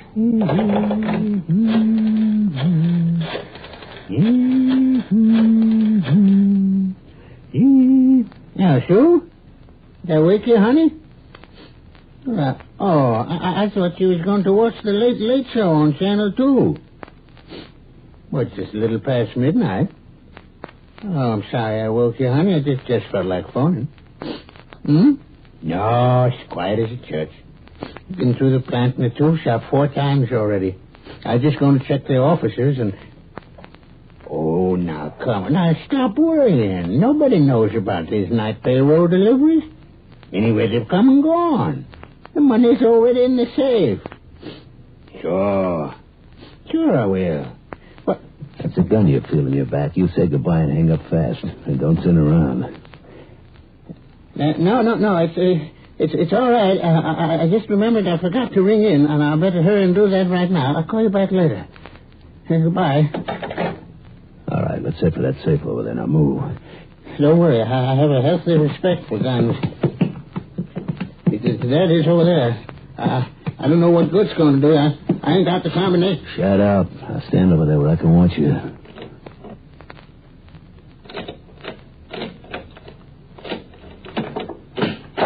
Hey, you opened it right up. Who told you the combination? The president of the company. Are you kidding? What is this, a gag of some kind? Look, if this is just a joke, mister... No, I didn't make... Think about jumping me, will you? Slob.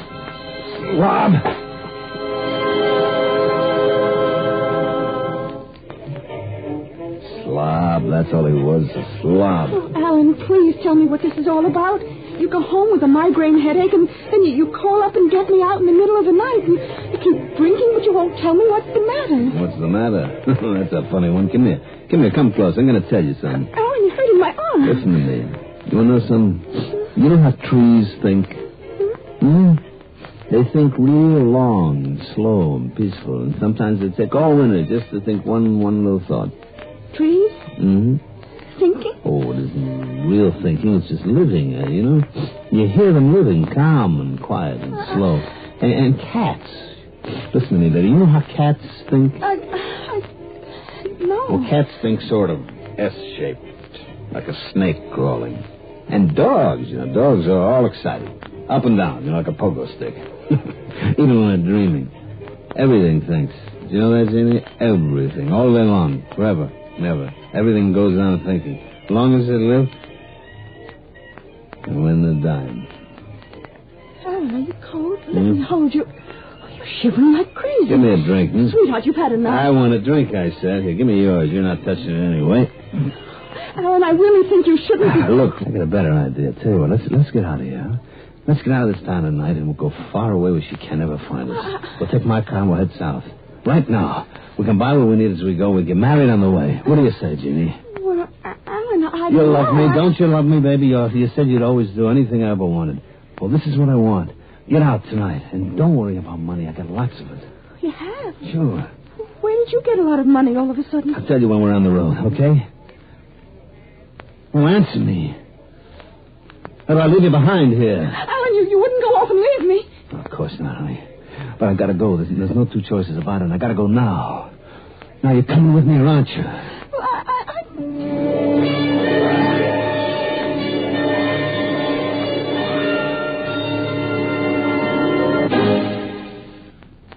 One of the worst things about a conscience is that the darn thing is always going with you wherever you are. Alan had something other than a conscience, and running away didn't do much good. You know, telepathy has no distance limitations.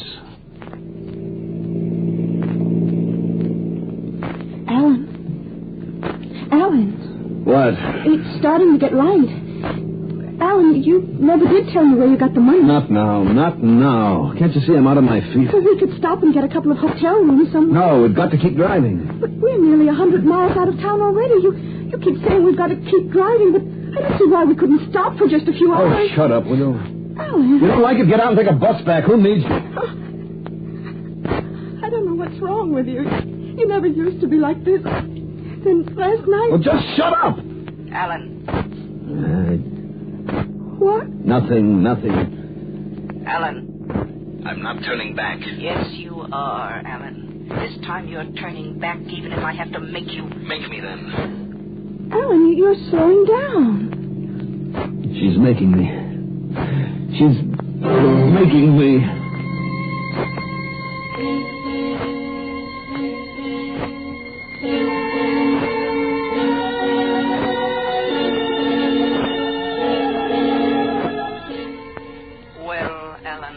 Talk out loud. You look in pretty bad shape. Give me a cigarette. There's some on the desk. I'm glad you came right back here when I turned you around. Shows there's some hope. Now cut it out. What did you stop me for? That watchman. It was you, Alan, wasn't it? What watchman? Alan. All right. Yes, it was me. He was a flob, so he's dead. So what? The gun you beat him to death with is in your pocket right this minute. So what?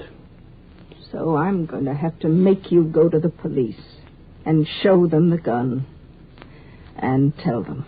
You can't do that by remote control. You have to go with me. I'll go with you. And what do you tell them about how you happen to know all this? How about that? I will tell them. What about us? About me and you? About you? I don't want to... Are you crazy? You know what that would mean? You think they'd believe you? And if they did, what would it be for the rest of your life? You'd be owned, Laurie. Owned, guarded and locked away by them. The Slavs, like a piece of machinery, made to do what they wanted you to do for them. You'd never be free again. All I ever wanted was what any woman wants, the chance to lead a normal life. Look at me, Alan. I'm not bad looking. I never was. But the only man I could ever have been a normal wife to was you. And you never grew up. You've been a selfish little boy all your life, and I've paid for it. Why didn't you leave me alone? Just leave me alone. Leave you alone? Do you think you ever really wanted me to leave you alone?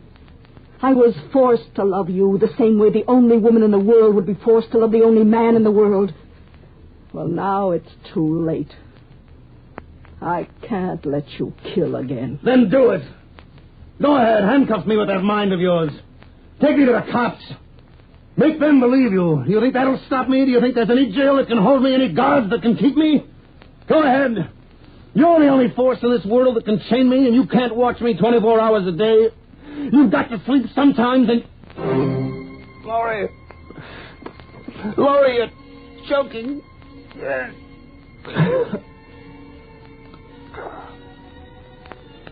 You would break loose, wouldn't you, Alan? You would kill again, in spite of all I could do to stop you. All right, you can breathe now. No, don't look at me like that.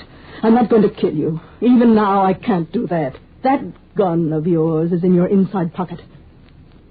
Lift your right hand, Alan. Put it inside your coat. Now, take out the gun. Don't try to fight my will, Alan. You know it's no use. Now, you will point it at me. No, Laurie, not you. Anyone but you. Not you, Laurie, not you.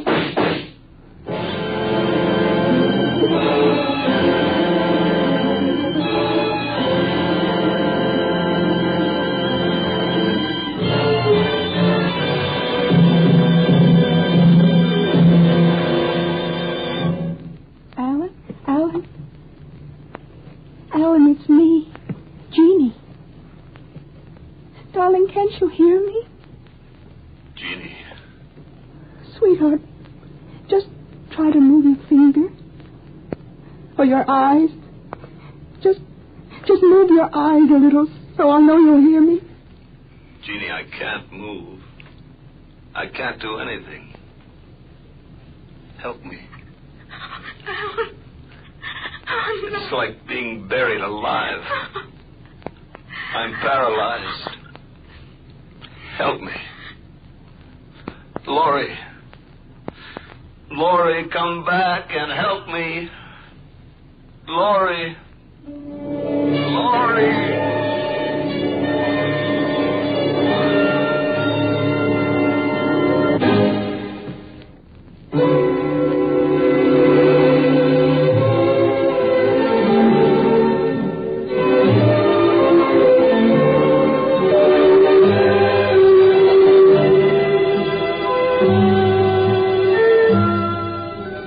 And so Alan had his wish fulfilled. Alan wanted immunity from consequences of his actions. There's only one way to achieve it, and he achieved it. If you do nothing, if you have no actions whatever, then you have immunity from consequences. And that's the only way. Otherwise, you're responsible for what you do, whether you like it or not.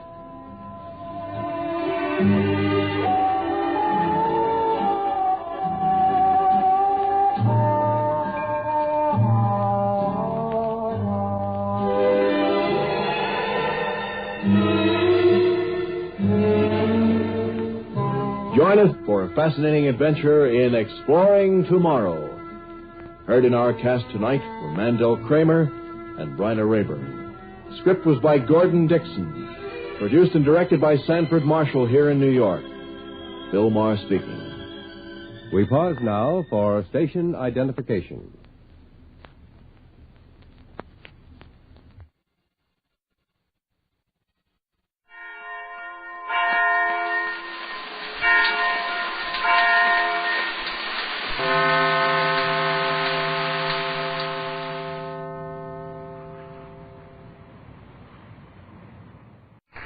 Presenting the transcription feature, Superman. Look, up in the sky. It's a bird. It's a plane. It's Superman. Yes, it's Superman, strange visitor from the planet Krypton, who came to Earth with powers and abilities far beyond those of mortal men. Superman, who can leap tall buildings at a single bound, race a speeding bullet to its target, bend steel in his bare hands, and who, disguised as Clark Kent, mild-mannered reporter for a great metropolitan newspaper, fights a never-ending battle for truth and justice. But before we join Superman, listen. And now to our story. With the help of Max Heller, a foreign agent, the Yellow Mask international criminal escaped from the state prison. Seeking revenge from Clark Kent because Kent and the Daily Planet were responsible for putting him behind bars, the Mask opened a gas main valve in the basement of the newspaper building and almost succeeded in blowing up the 30-story skyscraper. But Kent, as Superman, stopped the flow of deadly gas before the damage was too great. Meanwhile, the Mask is hiding out in the penthouse apartment of the espionage ring led by Heller. There, the foreign agent tells him what is wanted of him. An American has perfected an amazing mechanical man, a huge, giant-like creature of steel and wires, radio controls, and capable of everything but thought. Heller wants this metal monster no matter what the cost. It spreads fear and panic and destruction. The Mask, posing as a government representative, is to get it for him. Unmindful that the police of 5 states are looking for him, with orders to bring him in dead or alive, the Mask, armed with forged credentials, has gained access to the huge barn-like laboratory of Wallace Thornton, inventor of the mechanical man. At one end of the high-ceilinged room, the metal monster stands upright, the steel plates of its mammoth body gleaming of the strong lights, its arms dangling like those of a giant gorilla. Its head is a square steel box with glowing red lamps for eyes. Suddenly, as Thornton twists the dial on the control board, the steel body shudders, and the mechanical man walks forward slowly.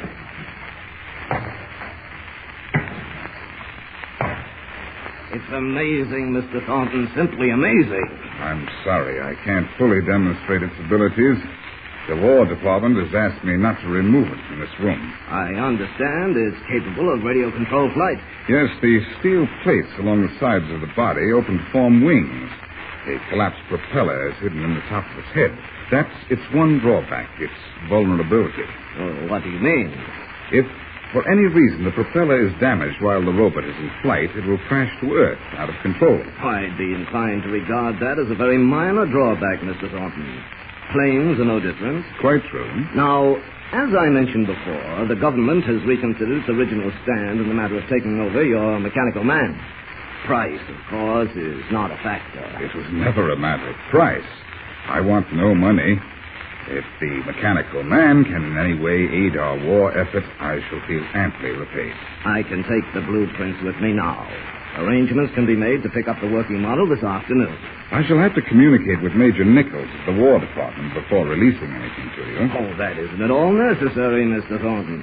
I represent the government. You've seen my credentials. Yes, but I should like Major Nichols' assurance that... That what? Well, that everything is official. I can't afford to take that chance. Oh, you would be taking any chances. Certainly my credentials should be sufficient proof. Now, come, Mr. Thornton, don't be overcautious. The War Department is anxious to begin work on duplicates of your model. I must bring the blueprints back with me. Would there be any harm if I called Major Nichols? There isn't time. I'm due in Washington at 3 o'clock. I must leave immediately. May I have the blueprints? I should like to try and contact Major Nichols first. I'm sorry to have to do this, but we're at war and extreme caution is essential. I'll call him from this phone. It won't take but a moment. Excuse me. Long distance, please. Calling Washington, D.C. Put that phone down, Mr. Thornton. Hang up. Why, never mind the call, operator. That's better. Now back away from the desk. Why are you pointing a gun at me? Oh, don't ask foolish questions, and you get no foolish answers. Where are the blueprints? You hardly expect me to tell you, now that you've revealed your true colors. Not only do I expect you to tell me, but I want the information fast. Your suspicions were justified. The government isn't interested in your mechanical man, but my people are. Who are your people? Never mind. Open that safe. I'm not accustomed to taking orders at the point of a gun. I don't react very well to them. Now listen, Thornton.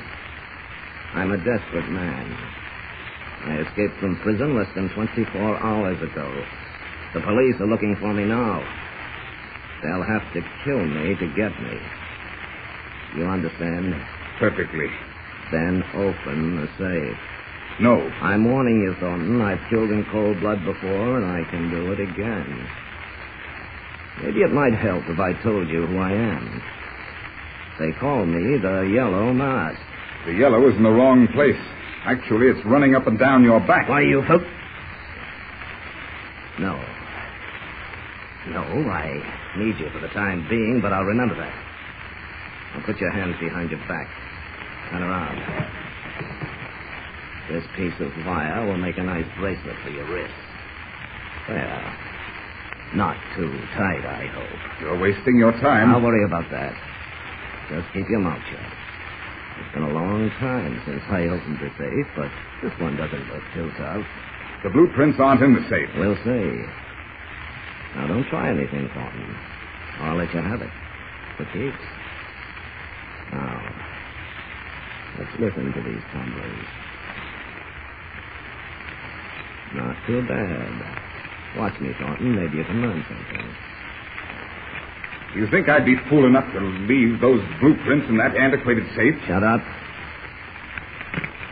There. That's number one. Not bad, eh? I haven't lost the magic touch.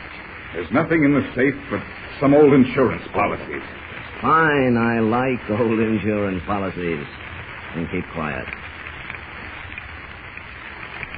Number two. One more should open it. You getting nervous, Thornton? Nervous? Why should I be nervous? I'll show you why in a moment. Just watch. Unless I miss my guess, that opens it. Now, let's see. It does. What were you saying about insurance policies, Thornton? This looks like a roll of blueprints. They seem to be marked, too. Plans and design for radio control robot. Just what I was looking for. Coincidence, isn't it? All right. You win. Now, will you untie my wrist, please? The wire is cutting into my skin. I think not. You're better off that way. But you have the plans. What more do you want? Certainly I can do you no harm.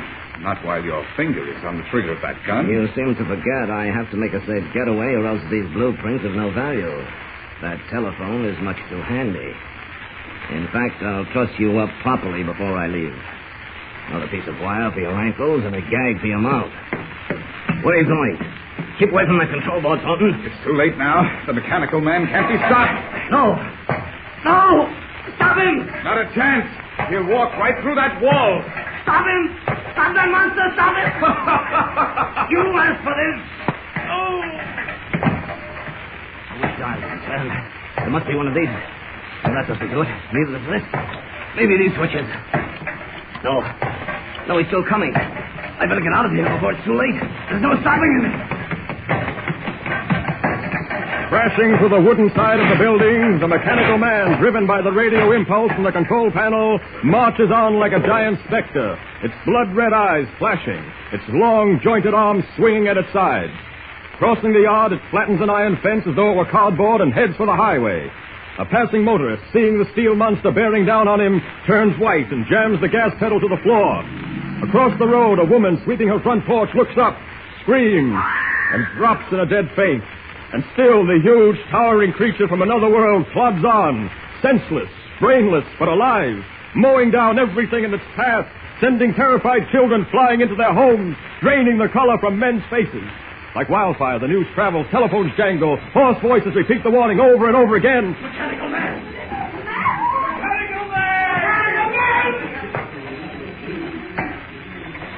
And in the office of Perry White, editor of the Daily Planet, Clark Kent and Lois Lane stand by as their volcanic chief barks into a telephone. Oh, for the love of heaven, Leeds, talk sense. What do you mean, mechanical man? Yes, I know. He's 10 feet tall with red eyes and... What? Well, I think you're crazy. I'm sure of it. Now, listen to me. This isn't April Fool's Day. And even if it was, I don't like that kind of humor. You can't turn in legitimate stories, get yourself a job digging ditches. And another thing. Oh, hold on a minute. Oh, Kent, what did that boy bring in? Teletype flash. Listen. Giant mechanical man terrifying residents of Linwood, metropolis suburb. What? Then it's true. Is that all it says? Yes, it's just a flash. Oh, Leeds, we just got a teletype flash here. Maybe you're right. What about? Why, the mechanical man, you idiot. Now, listen to me. Where was it last seen? Where? On the turnpike, heading for the orphanage farm. All right. I'm sending Kent out there. What farm? That's all. Get out there as fast as you can, Kent. Yeah. Linwood Turnpike, somewhere near the orphanage farm. Okay. I'm going with you. Oh, no, Lois. I said I'm going with you. But it may be dangerous. From what Leeds said, it is dangerous. I don't care, Kent. I'm going along. Oh, stop arguing. Stop arguing. Let her go, Kent. Chances are it's just a lot of nonsense. Mechanical man. Oh, it's insane. It's mad. Things like that don't happen. All right, Lois, come on. Oh, Kent. In case there is something to it, anything at all, call me. Okay, let's go. Sweeping aside all obstacles in its path, the steel monster is nearing an orphanage farm, home of 1,000 children. Can Kent, even as Superman, stop the mechanical creature? Don't miss the next episode of this unusual story. Tune in and listen with Superman. Don't forget, tune in again for the next thrilling episode with Superman. Look, up in the sky. It's a bird. It's a plane. It's Superman. Superman is a copyrighted feature appearing in Action Comics magazine. Presenting the transcription feature, Superman. Look, up in the sky. It's a bird. It's a plane. It's Superman. Yes, it's Superman, strange visitor from the planet Krypton, who came to Earth with powers and abilities far beyond those of mortal men. Superman, who can leap tall buildings at a single bound. race a speeding bullet to its target, then steel in his bare hand, and who, disguised as Clark Kent, mild-mannered reporter for a great metropolitan newspaper, fights a never-ending battle for truth and justice. But before we join Superman, listen.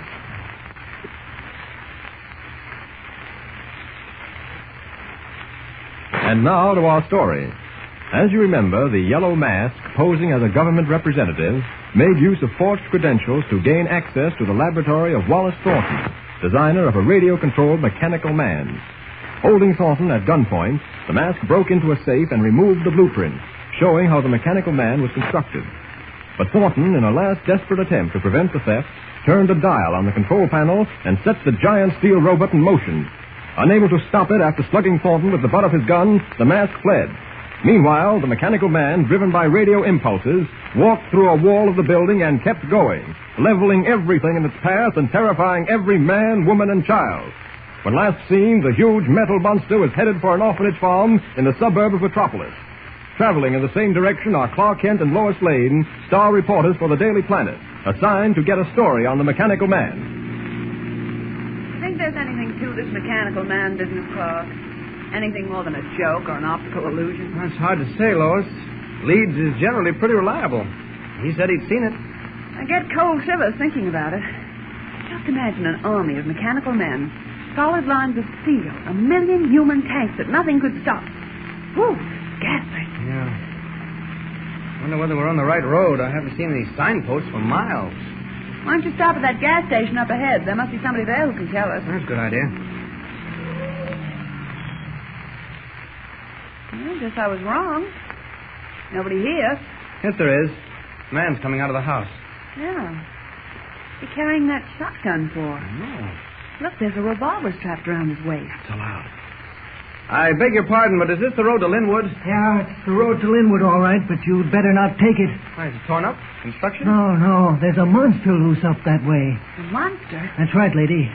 Come by here 20 minutes ago. That's why I'm toting all these firearms. Just in case he decides to come back. Did you see him? No. My boy did, though. He's a giant. He's wearing some kind of shiny armor. My boy said he was twice the size of an ordinary man. Yeah, I know it's hard to take, lady, but it's true. They're talking about it now on the radio. Special bulletins and warnings. Well, thanks a lot. You ain't going to Linwood, are you? I'm afraid we have to. So long. You're crazy if you do.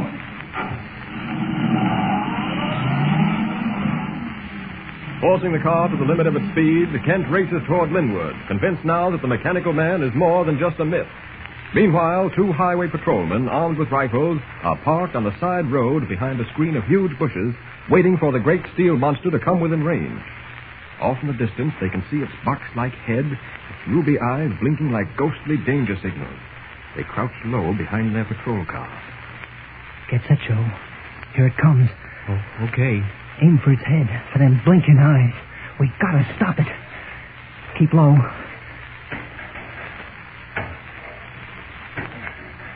Well, how about it? No, not yet. Let it get close. We can't take no chances of missing. When you start shooting, don't stop. Empty the magazine. All right, now. I'll count 3. 1, 2, 3. Shoot!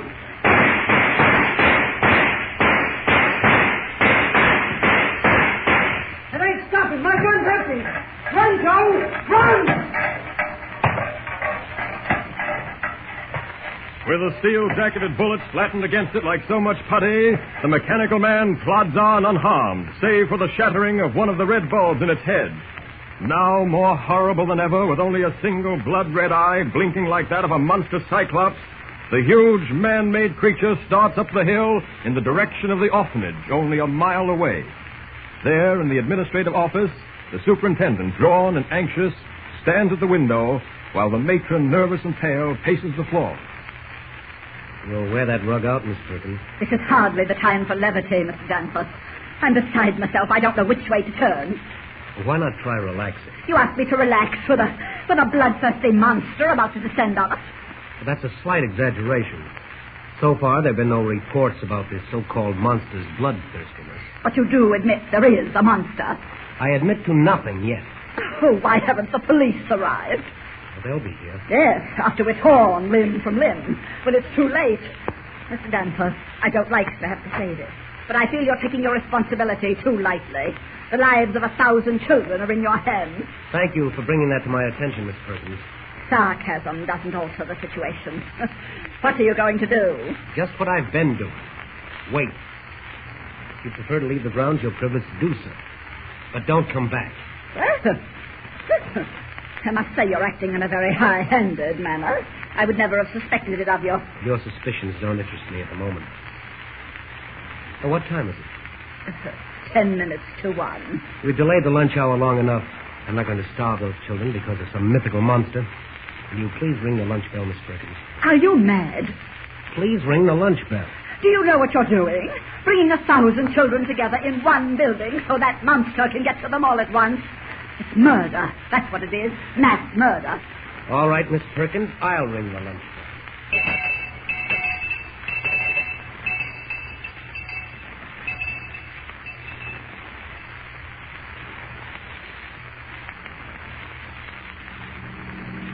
See anything, Lois? Nope. Not a sign of man or monster. Clark, what do you think those shots were that we heard a while back? No, it's hard to tell. Maybe deer hunters or someone sniping at the mechanical man. We should be getting to the orphanage farm any minute now. Keep your eyes open. I am, but I don't know what to look for. Unfortunately, I don't number any mechanical men among my acquaintances. Still don't believe it exists, do you? Even after that story the gas station man told us. I can't make myself believe it. That's the trouble. It's too fantastic. It's incredible. Yeah. Like a nightmare full of strange shapes. Just as Mr. White said, things don't happen that way. Yeah, that's probably what your grandfather would have said, too, if he'd seen an airplane 50 years ago. I suppose you're right. Look, Clark, isn't that the entrance to the orphanage just up ahead there? It looks like it. Well, either we beat the mechanical man or he's already been here. Or he's non-existent. Like those men from Mars that caused a panic a few years ago, remember? Uh-huh. I have a funny feeling this is slightly different. Maybe you're right. That brick building looks like the office. Yes, I'll pull up. Like we're being welcomed by a committee of one. Yeah. Well, it's that hawk-nosed female running toward us, a monster. Oh, are you the police? Are you the police? No, madam. We're newspaper reporters. Oh. Are you by any chance the orphanage superintendent? No, I'm the matron. Oh. Mr. Danforth is in his office. I'll take you to him. This way, please. Thank you. Come on, Lois.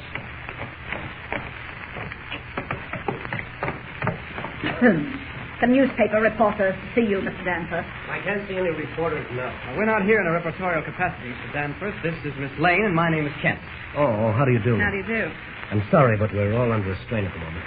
That's putting it mildly. Miss Perkins, our matron, is under a particular strain. Yes, it's quite evident. Well, I'd like to know what normal individual wouldn't be with a monster about to descend on you. I take it the mechanical man has not yet arrived. No, have you heard anything about it? Nothing except that one of our local reporters phoned to tell us it was moving in the direction of the orphanage. Has anyone seen this Frankenstein, Mr. Kent? What we can learn, a number of people have had that rare privilege. Seems that nobody waits long enough to get a close-up view. That's what makes the reports vary. Some say it's a giant in a coat of mail, others that it's a metal monster breathing fire and brimstone. Personally, I think it's all imagination. That's very interesting, but hardly authentic. Your thoughts on the matter. Miss Perkins, perhaps you'd better go to the dining room while the children are having lunch. I prefer staying here, if you don't mind, Mr. Danforth. Then keep quiet. Why, the very idea. Never in all my life. I said keep quiet, or leave. All right. I will leave. I'll go to my children. I'll die with them if necessary. Farewell. Terribly sorry, Mr. Danforth. I assume we were responsible for that emotional outburst. No, not at all, Miss Lane. Miss Perkins has gone to pieces. Why on earth she should be afraid of any monster, that was beyond me. Maybe it's no joking matter. Perhaps it's more serious than we're willing to admit. You say there have been some eyewitness reports, Mr. Kent? Not a few, but no two agree. Boiled down, the creature seems to be a mental robot, a mechanical man. How he happens to have motion and who's controlling that motion is a mystery. Well, if he's coming, you'd better hurry. I'm getting a little annoyed. I'll try the police again. I called them 20 minutes ago, and they promised to send some men over. Operator, let me have the police station at Linwood, please. This is Mr. Danforth, the orphanage farm. I beg your pardon? Oh, I see. Thank you. The line must be busy. Everyone clamoring for police protection. No, the operator says there's no one at the station. The entire force is out. Probably monster hunting like we are. It may become the new national game, you know. You could call... What is it, Lois? Look, coming over the crest of that hill. The monster. Great Scott. Can't believe my eyes. Are we seeing things? No, it's the mechanical man. They were right. He's heading right for that dining room. There are 1,000 children in there. Clark, where are you going? Head him off. But don't be a fool. You can't do it alone. I think I can't let go of my arm, Lois. There isn't much time. You'll be taking an awful chance, Mr. Kent. Lois, please. I'm not going to let you go. Sorry, but I can't stand here discussing it. Clark, come back. Clark. Ignoring Lois's frenzied cry, Clark Kent goes out to meet the huge steel monster as it lumbers forward like some giant prehistoric beast. Is he a match for the brainless creature, even as Superman? And will he be forced at last to reveal his double identity to Lois? To let her see that Clark Kent and Superman are one and the same person. 1,000 children are in danger. Something must be done and done quickly. What will Kent do? Don't fail to hear the next startling episode. Tune in and listen with Superman. Don't forget, tune in again for the next thrilling episode with Superman. Look, up in the sky. It's a bird. It's a plane. It's Superman. Superman is a copyrighted feature appearing in Action Comics magazine.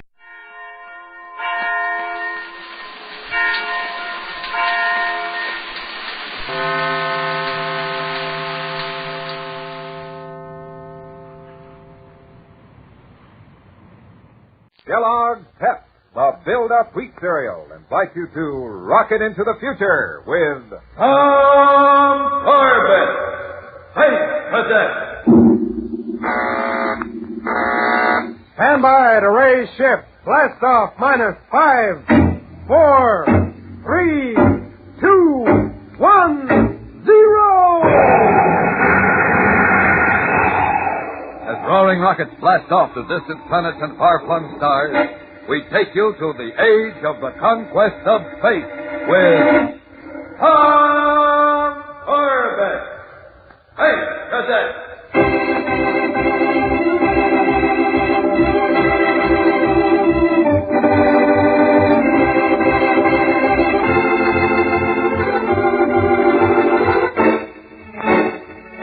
When a group of interplanetary government scientists working a secret project on the planet Mercury were reported suffering from Zero A, a dread disease that attacks men confined to small areas, Tom Corbett and his Space Academy unit mates were dispatched to investigate.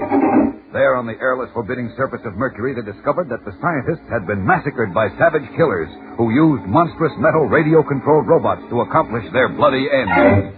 And only great courage and skill enabled Tom and his friends to defeat the metal giants. As we join them now in the Polaris, Tom watches as Roger Manning straps on a body jet, preparing to join Astro, who has left to guard the grounded robots some distance away. Hey, Roger, just what are you and Astro planning to do with that kit of tools and equipment? Look, Tom, I've told you 8 million times. We're just going to examine the robots. Examine them or tinker with them? Remember, those things are dangerous. Correction, Junior. They were dangerous. Okay, go ahead. But watch out for trouble. Remember that the killers who sent the robots after us may try to get them back. Space dust. You know what's wrong with you, Junior? This gloomy twilight zone is giving you the jitters. Think so? All right, little boy. Run and play if you like, but remember, although you think of Mercury as just a big playground, it may still turn out to be a battleground.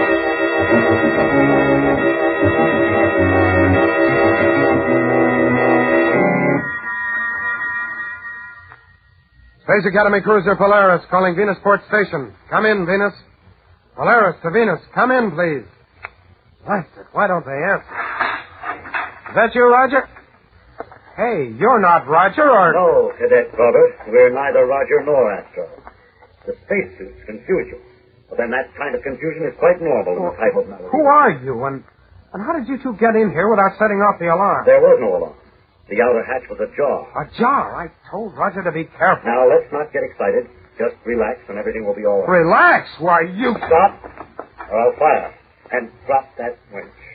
Oh, a parallel ray gun, huh? We'd have to use it on you, but it's... I know. You'd rather have one of your robots smash me to bits, wouldn't you? All right, you're 2-1 and you've got me. Now what? Leslie, take off your helmet, will you? That should convince our young friend of something. Don't bother. I wouldn't expect a dirty space crawler like you to... Great. Jumping Jupiter. Hello, Cadet Corbett. A girl in your collar and uniform. Yes, I'm Leslie Everett of the Solar Guard Nurse Corps. A nurse? But what in the And universe... this is Dr. Ashton. Commander Burke sent us here from Venus to help you. But I don't get this. Where's the guard cruiser, the men, weapons? There is no cruiser. A freighter dropped us off in a jet boat. And as for weapons, well, we hardly need those, do we? Except for my little ray gun here. And that's just to calm down anyone who becomes too, excited. Well, now I understand why they acted so funny when they said help was coming. Everyone thought I was just raving with zero-A fever. Poor boy, it must have been terrible for you. Yes, but things will be fine now. As dreadful as zero-A is, the cure is not difficult. I've had a good deal of experience with space psychoses. Forgive me, Doctor, but I don't care if you've had experience with space fever. We need fighting men here, not medics. We mustn't be violent. Just relax. All right, I'm sorry, Doc. It's not your fault, but please get this straight. I'm not crazy. It's all true. Everything I reported to Venus Station is true. You mean huge flying robots and a group of killers operating them by remote control? Yes. Well, we won't argue about it. But now, if you'll just roll... Great Galaxy, what do I have to do to convince you? Tom. What's the matter, nurse? Doctor, I'm afraid I've gone zero-A, too. That's ridiculous, Leslie. Then look out the viewport there. Flying monsters. Those are robots. And they're diving right at this ship.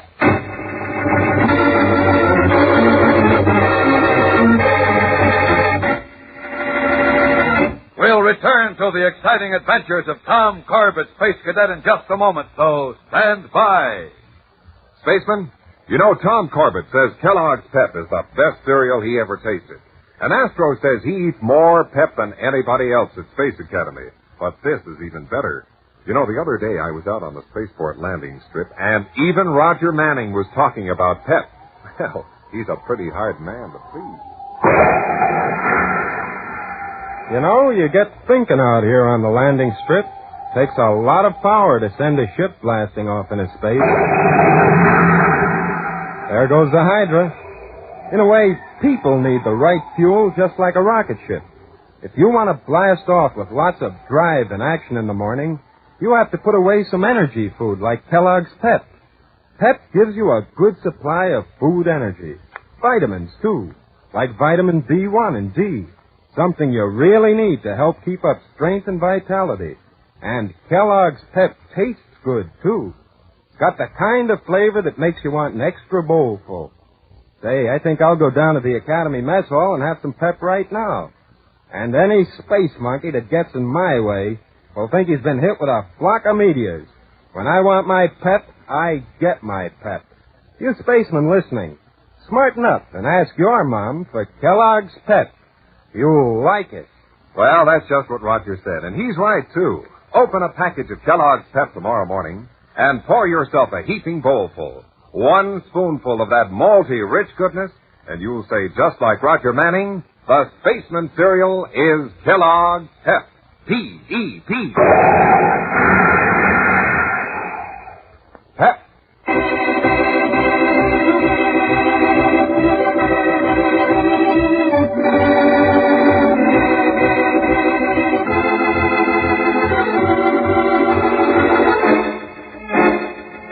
After waiting impatiently for the help promised by the Solar Guard station on Venus, Tom Corbett has found they meant medical help, a doctor and nurse, instead of the men and weapons needed to safeguard the captured robots.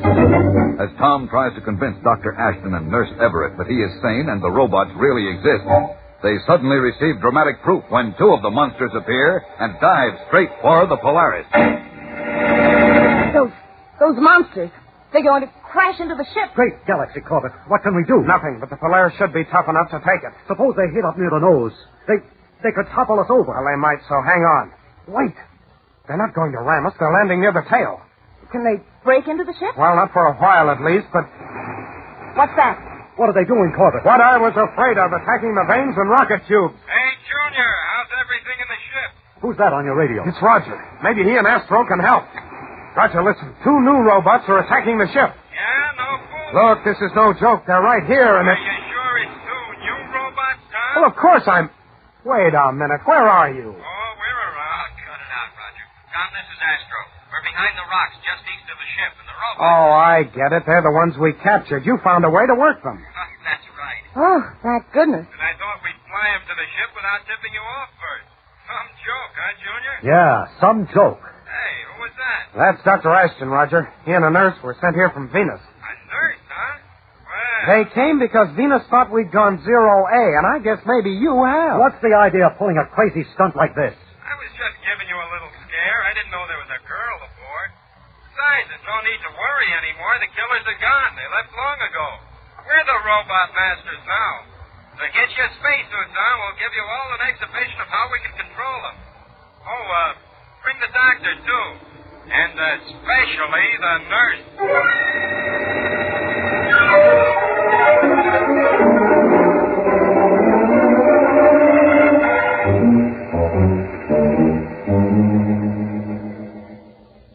Goodness, aren't they the big, horrible-looking things? You don't have to be afraid of the robots while I'm around, nurse.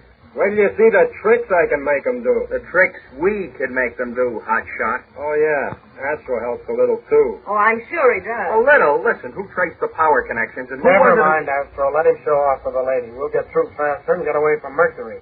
We don't have to stay now that we can get the robots aboard. Oh, right, Junior. Come on, Astro. We'll get set up. Okay. I'll be right back, nurse. Don't go away. I won't. You know, Corbett, thinking of the robots as machines, not as grotesque humans, they don't seem so ugly. Well, I don't know. Oh, Doctor, with 6 arms and those short, thick legs like a huge hippopotamus? You know, they're functional. Legs like that can support tremendous weight, and they keep the center of gravity low. And that's right. And the arms are fitted with heavy claws, Durasteel fingers, a drill, and look here, a sort of shovel. Yes, I see, but you think all those things make them handsome? Well, no, but they must have been wonderful miners. Miners? You mean to dig? Oh, yes, of course. You see, the men who operated them could stay at their base on the twilight zone here on Mercury and send these things out to the hot side. Right, instead of going out themselves in diggers the way the Solar Alliance men had to do. What's more, I'm afraid they've already found what our men were looking for. What was that, Cadet I Corbett? don't know, nurse. You see, the project was top secret. Hey, everybody, we're ready. Watch this now. Presenting the newest ballroom team, Robert and Roberta Robot. What in the world? Oh, why, those hideous monsters are dancing. Perfectly ridiculous. Careful now. Keep them away. That's right. Watch it. If they fall on us... Oh, don't worry. They won't. We've got this down to a science. Well, maybe you have at that. The controls aren't too complicated. True genius, my boy, is often simple. Get him. Isn't it wonderful? I am. Aren't I? Surely those tiny hand transmitters of yours can't furnish power for such huge machines. They have their own power supply, Doctor. The radio signal just activates it. Right. Now watch this. Ready, Astro? Ready. Up they go! They're climbing into the sky. Roger, what's happening? They're not responding to the controls. Uh-oh. Look, they're coming down again. Toward us. Stop them. Stop them. Good heavens, do something. We can't. Someone must have taken over with stronger transmitters. The killers. They're still on Mercury. Look, the robots are diving at us. Get her. Head for the Polaris. Run!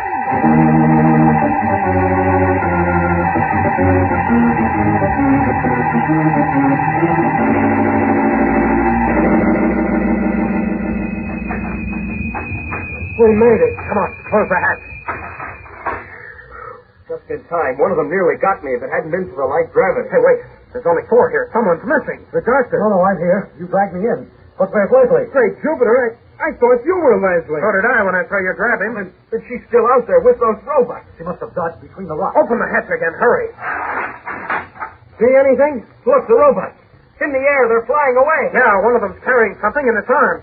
Great galaxy. It's the nurse. Leslie, they've got her. Oh, no. Astro, get the rockets blasting. We're going after them.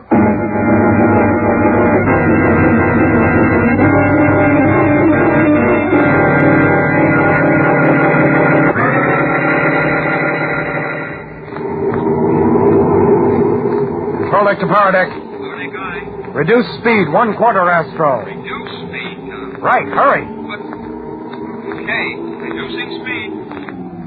Corbett, what's the matter with you? Don't you want to catch them? Not yet. Look, Junior, have you gone space happy? No, we'll have to wait till they land. But why? Why? Go after them now, man. Then what? How do we knock off the robots in flight without killing the nurse? He's right, Doc. Good heavens, I hadn't thought.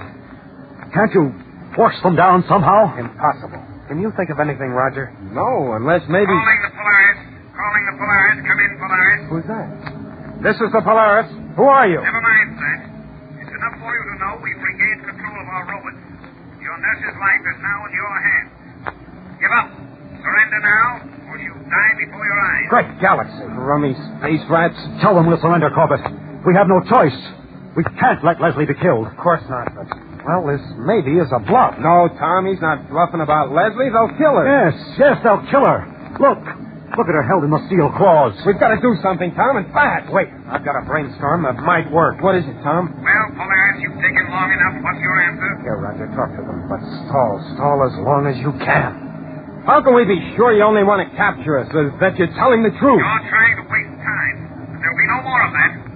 Look at the robot. Unless you surrender now, watch how it drops the girl. Well, wait just a minute. Stalling.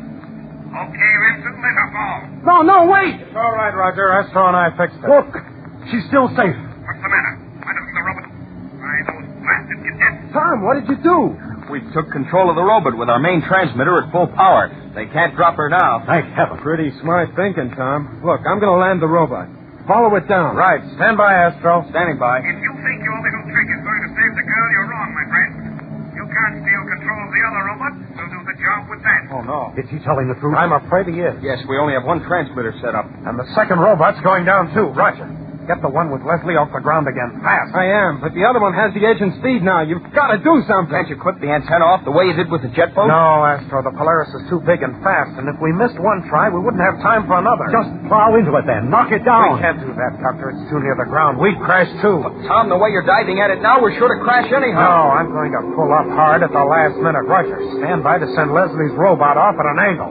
Okay, now. Here goes. Good. Now I'm going to pull out of the dive. Brace yourselves.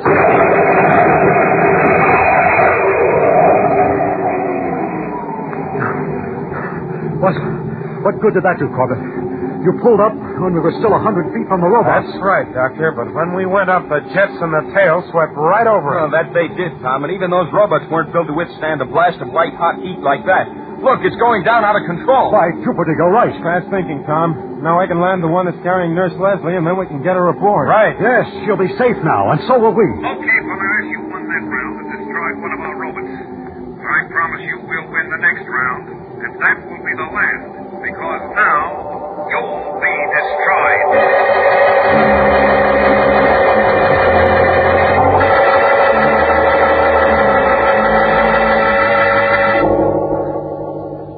Leslie, are you sure you're all right? Well, I think I will be, Doctor, as soon as I can realize I'm really safe again. It's still a little hard to believe, you know. I should think so, Nurse, after what you went through. We should be shot for letting him catch you in the first place. Oh, no. It wasn't your fault. You were all wonderful. Well, yeah, the others were pretty helpful. I would have had much more trouble saving you alone. Why, you bubblehead. Easy, Astro. Is there anything we can do to make her more comfortable, Doctor? No. I'll take care of her, Corbett. You boys had better get that robot aboard, since you feel you can't leave it behind. Oh, why can't we? I want the Solar Alliance to have it, not the killers. Astro, get down to the power deck, will you? Stand by to blast off. Okay, Tom. I'll be ready when you are. Roger, get on the controls of the robot. I'll open the hatch. Tom, look! There's a ship almost over us. Great galaxy, they found us already. Who is that? The same men who tried to kill me? Yes, they said they'd destroy us all. Glad you waited, Cadet, because we have a little present for you. And here it is. They're firing an atomic warhead. Down, everybody, down!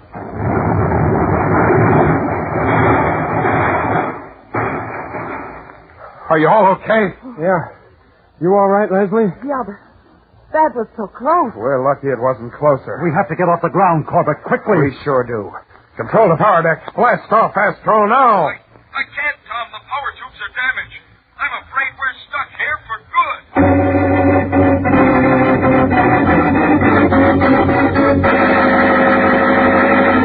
We'll return to the exciting adventures of Tom Corbett, Space Cadet, in just a moment. So stand by.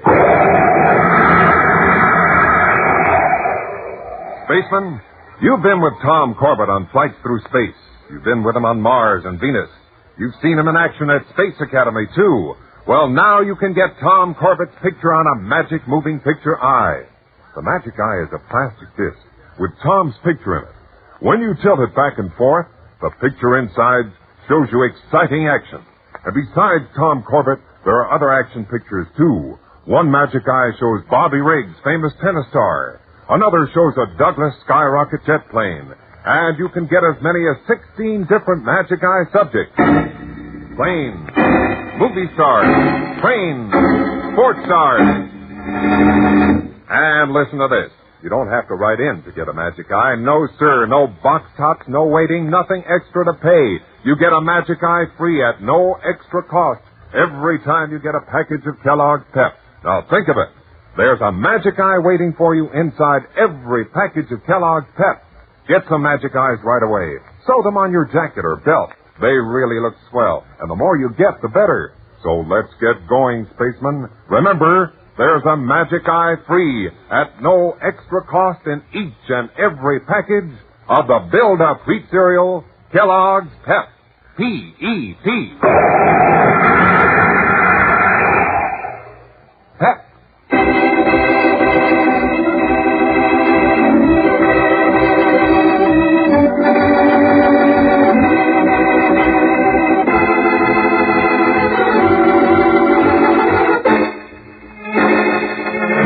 After rescuing Nurse Leslie, Tom, Roger, and Astro moved swiftly to get the captured robot aboard and blast off from Mercury before the enraged killers could find them. But suddenly a ship appeared overhead and fired an atomic warhead which crippled the Polaris, making escape impossible. Now, as the killer ship turns to make another bomb run, there appears to be no way to stop the attack which their enemy has promised will blow them to space dust. Isn't there anything we can do to avoid being hit again? We must do something. I don't see what... Yes, there's something. We can try it at least. The robot. Send it up, Roger. Oh, what good will a robot do? It isn't fast enough to catch a ship. It doesn't have to. The ship is coming to us. The robot only has to intercept. Now, if it's still working... It is working, Tom. There it goes. Look, Junior, what do you expect? No time to explain now, Roger. Just watch. Look! Look, they're going to crash. Tom's done it.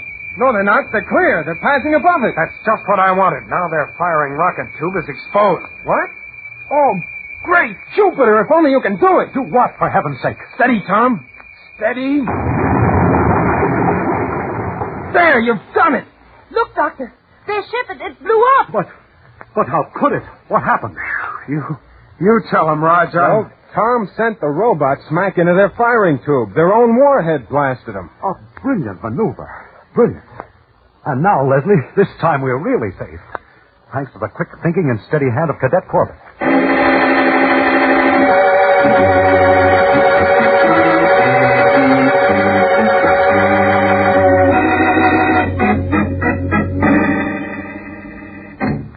You find any more of their gang in the wreckage, Tom? Yes, 4 of them, Leslie, but all very dead. The craters of Luna, I don't see how the leader ever came through alive. Neither can I. Can we talk to him, Doctor? Yes, go ahead. Aside from a few bruises, he's perfectly all right. Amazing luck.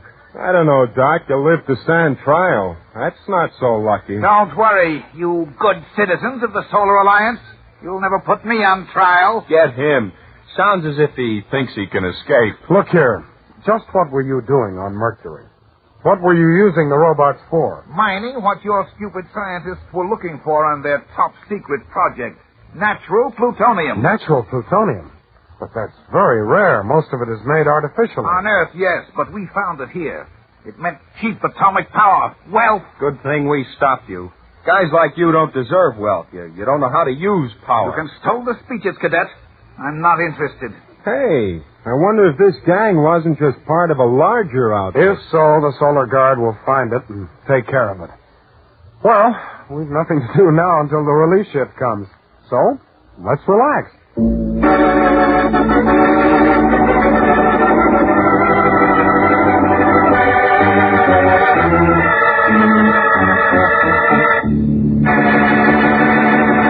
Don't miss the next action-packed adventure with Tom Corbett, Space Cadet, when the cadets begin a dangerous masquerade and rocket into the atmosphere of death. Tune in, same time, same station on Tuesday for the next thrilling interplanetary adventure with Tom Corbett, Space Cadet. Brought Brought to you by Kellogg's Pep, the Build-Up Wheat Cereal.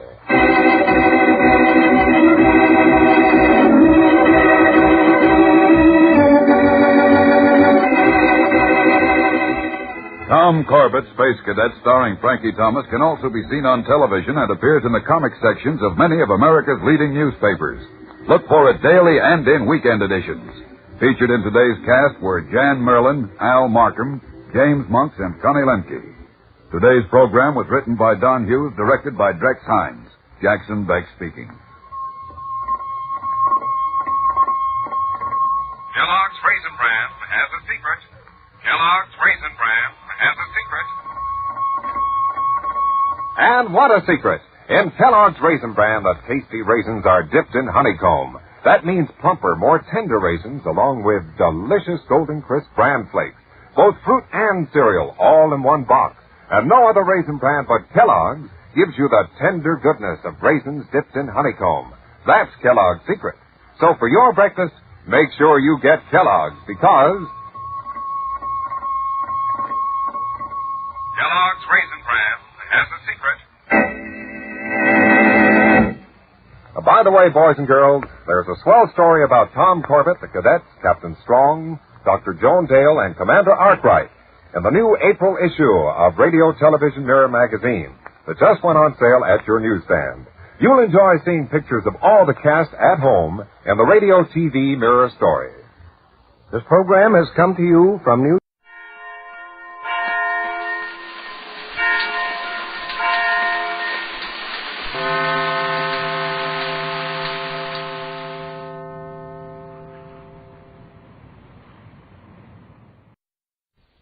Tired of the everyday grind?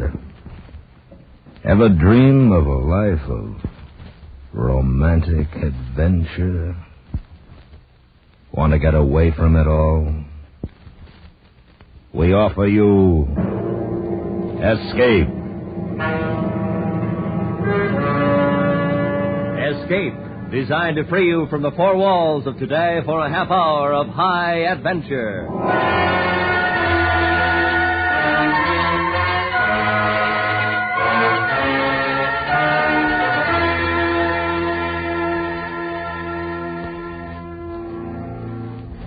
You are in a Mexican cantina, listening to a man speak his hate for you in word and music, while somewhere, in jeopardy without your knowledge and beyond your reach, is the one you love, who may lose her life, or the man who sits across the table hating you is the only one who can save her.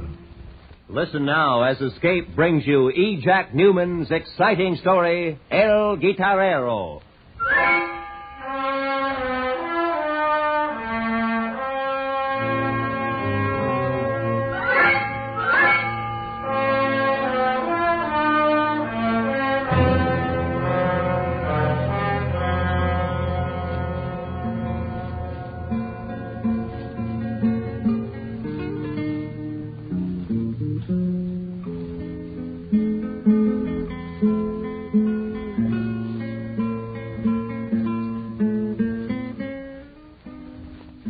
There in Casorda, I learned love, and I learned hate. I learned of gentleness, and I learned violence. Above all, I learned that it is a place of an infinite and exact simplicity.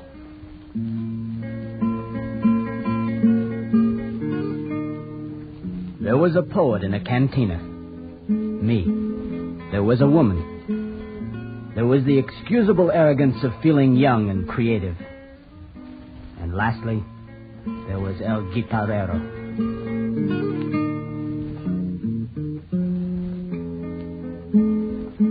So this is the place you hide at night after I've gone to sleep.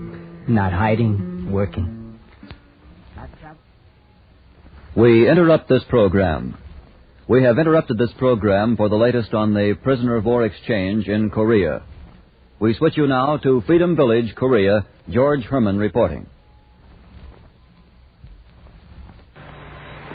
This is George Herman at Freedom Village. We have more names for you. First, Roy M. Jones. He has given us no rank. He comes from Minneapolis, Minnesota. Then Corporal Vernon L. Warren. Corporal Vernon L. Warren of 4073 Liberty Avenue, St. Louis. He is in fine shape. Next, Private First Class David Ludlam. Private First Class David Ludlam of 2902 MacArthur Drive, Fort Wayne, Indiana. Then Private First Class Raymond Medina. Private First Class Raymond Medina, who says only that he is from New York and doesn't specify whether that is city or state. All of these are in fine shape. Additionally, we have Corporal Richard O. Morrison of Burlington, Iowa. His address is 1001 South 5th Street. His parents are Mr. and Mrs. G.H. Morrison. He says, tell Mom not to worry, that he's looking forward most to getting new glasses. He looks fine. He says his trouble is bad diet. Then we have already given you the names of Carl Kirkhausen of Washington Heights, New York, of CFC Robert C. Stell of Baltimore, Maryland. He is from the 503rd Field Artillery. He was a prisoner of war for 28 months. Also, PFC Armand Nolan. He comes from Rexville, New York. He was in the 38th Infantry of the 2nd Division. He was captured at Coonery. That's over 2 years ago. Also, PFC Marvin L. Brown of Oklahoma City. There are going on now in this huge H-shaped tent here at Freedom Village another series of 3 interviews. We hope to have additional names for you very shortly, but that's all we have at the moment. So this is George Herman at Freedom Village, returning you now to the United States. This bulletin has come to you from CBS Radio News. Stay tuned for further news from Korea. We now resume our scheduled program.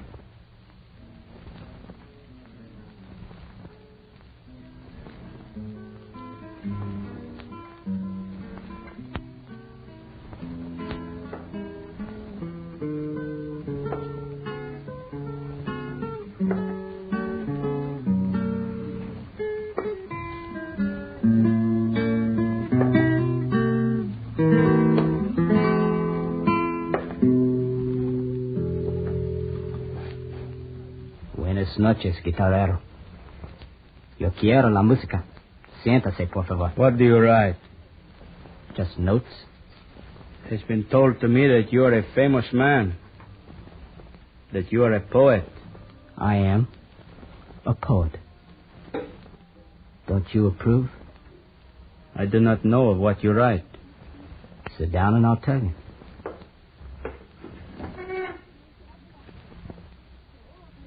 Do you drink? I have been known to drink. Will you drink with me? My name is Luis Caras. I will drink with you. My name is John Webster. What do you drink? Tequila. And we both drink tequila. Serviente. Serviente. Vengo, senor. Sometimes it is Paul or Frank, but mostly it is always John. In my country, your people are always Manuel. Senor. Por favor, queremos dos tequilas. Sí, senor. It has a noble sound, this work of yours. What have you written so far? It's not complete. I sat down so you would tell me, poet. Here, read it. I cannot read. All right. I'm writing of your land here. I say that it's a gay land, full of gay people, that it has color and sound and smell. Every man knows that. I told you it wasn't finished, Guitarero. I write that the gaiety is brief, the gladness is pitiful. I write that sadness is the true and the real. I write that here people live with their elementals, life and death, food, sleep, and love. That's about all I've written tonight. It is not much. Dos tequilas, señores. Gracias. Limones, señor. Por favor. Sí. You have spoken of your work. What is your love? Since we're being so down to earth, a woman. Undependable. This one's dependable. She's my wife. She is of your blood, from Chapala. Her name is Inez. Do you have a love? I have been known to love several women. Why is it over a drink a man talks of a woman? Good question. Shall we drink? Salud, poet. Salud, Guitarero.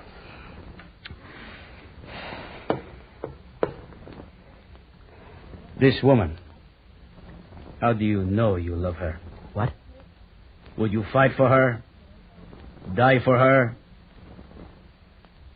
No, you would not. What do you know of life, poet? Of this sadness or this death? Of this gladness you write about? How can you feel if you only stand and look? How can you see? Why do you hate me? Because I'm an American? Americanos are good people. Well, why did you talk to me tonight? Ever since I lived once in Chapala, I have always wondered about a poet. I am glad I have at last seen one. Buenas noches, poet. Buenas noches, Guitarero.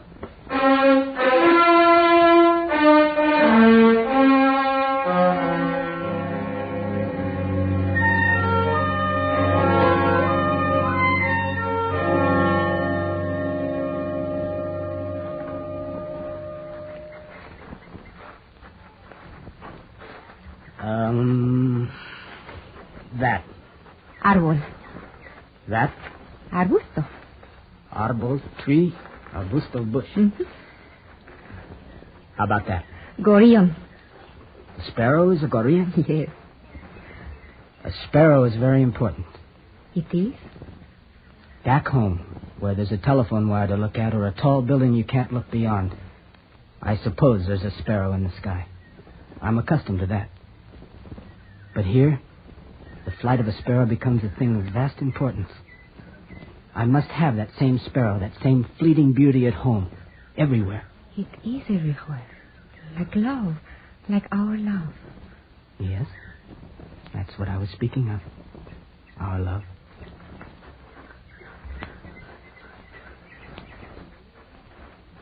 Darling, I met Luis Caras. El Guitarero? Yes. He is contemptuous of He me. has great anger. More than that, hate.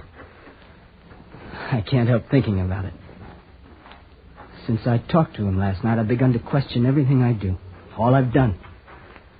When I came to Mexico, to Casorda, I called myself a poet. And yet, after 2 minutes with him, I feel I've been accused of lying to myself. I think he made me afraid. What? That I've never really lived or known joy or sadness or never completely seen anything in my life. Oh, he's wrong. Did you speak of me? Yes, in a way. He asked a question about you. A question that made me think that I might not even know how to love you. I know I do. I hold you and I love you and I would die for you.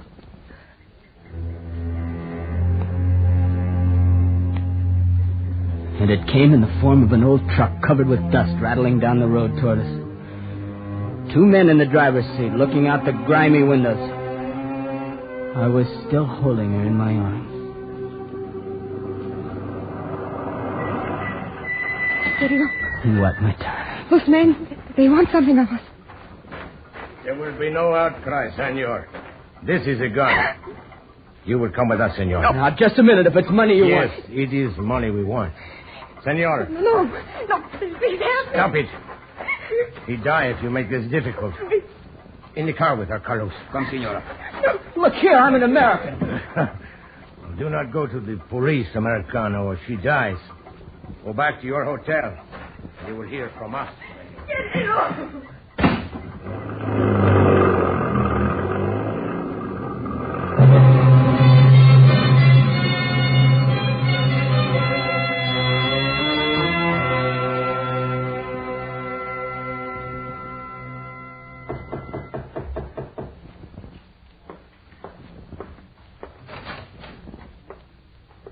Oh, it's you. See. What do you want? What are you doing here? I have come to speak with you. We've already spoken. We have disturbed each other. Yes. Yes, now go. I'm in no mood for you. Go on, get out, huh? Did you hear me? I heard you, poet. Well, what do you want of me? I have decided. I think most of all I want you to stop watching. Get out of here. A man came to me and said I was to come to you and explain that it will cost you $10,000. Where is she? This man knows. I do not know where she is. Who is he? Where can I find him? I'll get the police. He's a man I never before have seen. But I am sure that the police would make him angry. My wife's been taken. She might be harmed. If you know who he is, how I can get her back, tell me. The money. Get the money as quickly as possible. Then what? Then perhaps this man will come to me, and perhaps I will come to you to collect the money for him. That is all. It is simple, poet. Perhaps you were right about it.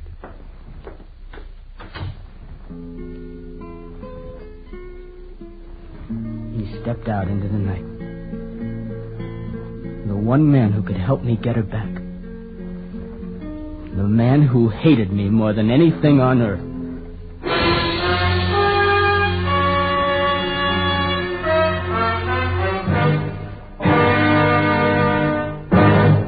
We will return to Escape in just a moment, but first, today more than ever, an enemy capable of surprise air attack could leave chaos in his wake.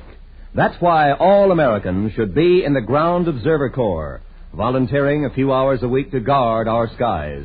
Be a ground observer. Contact your local civilian defense office and join up immediately. And now, back to Escape.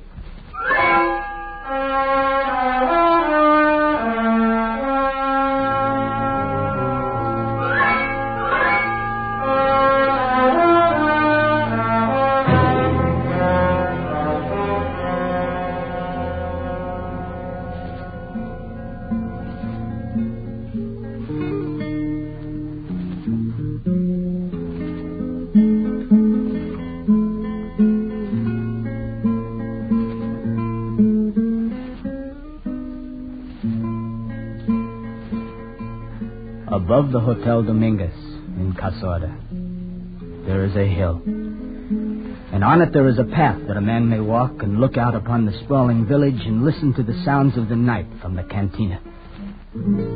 On that path the air is sweet, and the sky is a warm blanket. And it is a pity that a man has to leave the path and go down into the cantina. I went down to see El Guitareo.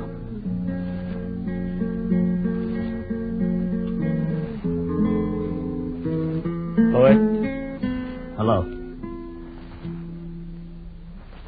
You have been away. I had to drive to Las Noches this afternoon. I rented a car. Do you have news? The question is, do you have news, poet? I wired New York last night. They arranged a credit transfer to the Bank of Mexico in Mexico City. The money was flown into Las Noches this afternoon. That's why I went there. And you have it? Yes. Here. What about the other? What other? The police. I've talked to no one but you. No one knows she's been kidnapped. A lie would mean her life. I know. Believe me, I've done everything you asked me to do. All I want is her. Now, when can I have her? That is not up to me, but up to the man who will see me as he has promised. He will have to have the money. Well, when he brings her to me, he can have the money. That is not the way he wishes to do it. He asked that I give him the money. No. He assured me that it has to be counted and divided and that these things take time. If I give you this money, how do I know I'll ever see her again? I am only an emissary. If you do not wish to do business with me, do it elsewhere, poet. Here. Take it. I think you have learned something. You are right, Luis. I have. Hate. That is good for a man to know. What happens now? This man will come to me and take the money. When? I can't... He did not say when. You must wait, poet. Patiently.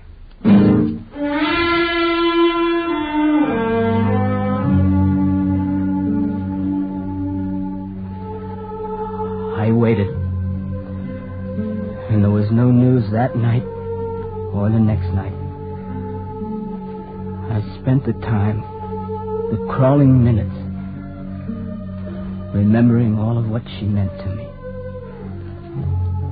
feeling with great hunger the nearness that was her. Somewhere in the waiting, I learned pain.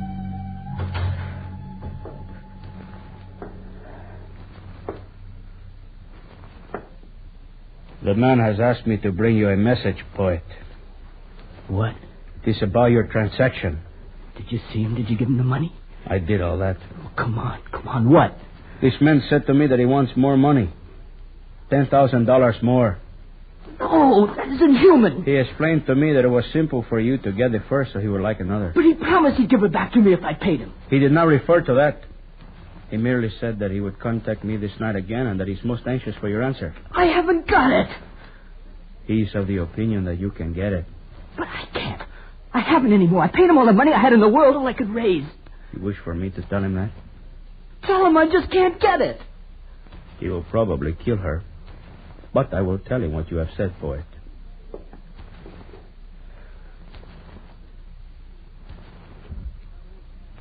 Where is she?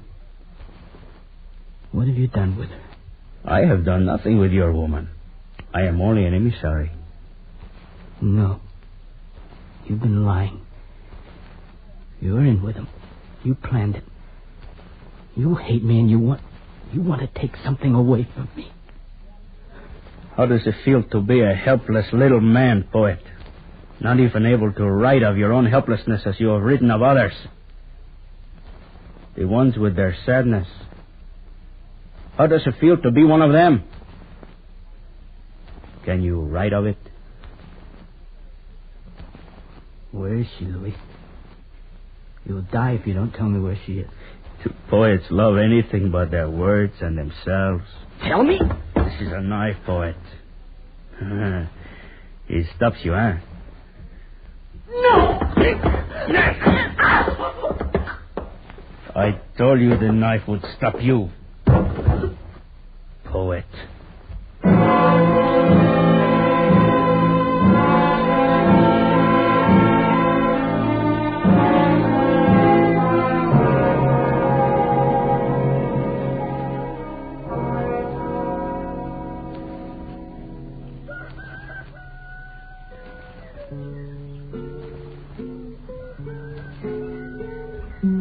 The dawn of any morning is a cold time, even if the sun promises warmth to come. This dawn was unfamiliar. It was cold, true, but it was away from things I knew. A woman with an Indian face was bending over me.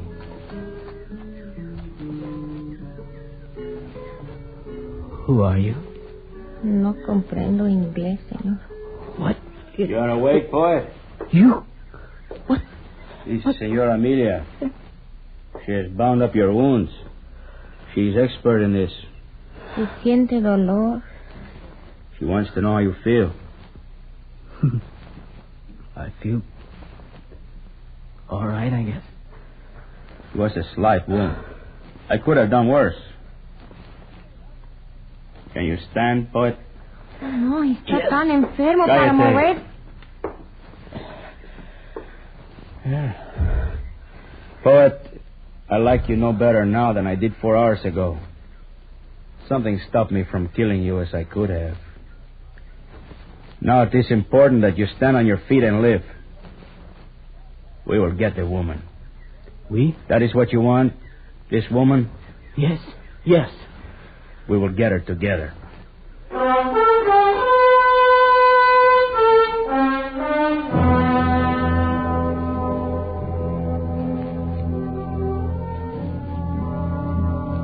He made me walk for an hour in the gathering daylight. He gave me no help and no words, but led me across that hill in back of Casorda, and beyond it to a dry, rocky valley. And as we crossed a dirt road, we came in sight of an adobe. Beside it sat a battered truck.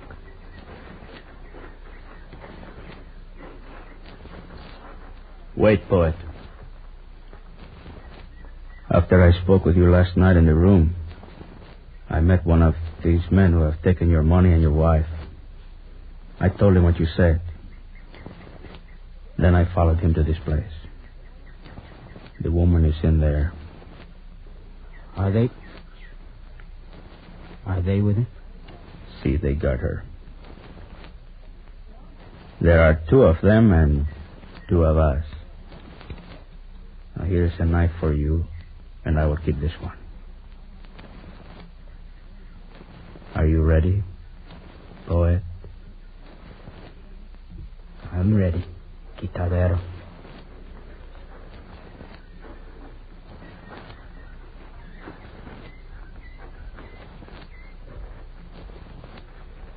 Wait, what? I'll go in first. Do you know how to use a knife? I learned from you.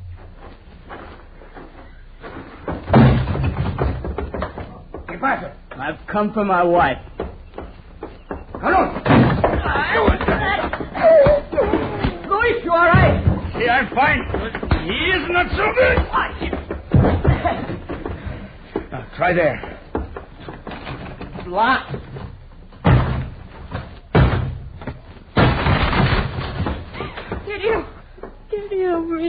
It's all over.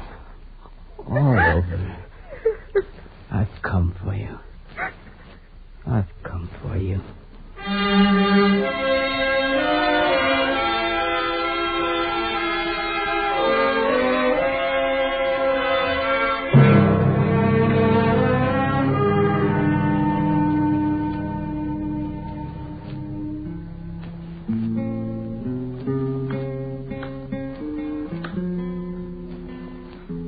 Back there, in Casoda, I learned love and I learned hate. I learned of gentleness and I learned of violence. And I learned the terror of simplicity. Luis Caras taught them to me because he hated me. And he will always hate me. But he learned what he had never been sure of. A poet will fight and die for a woman he loves.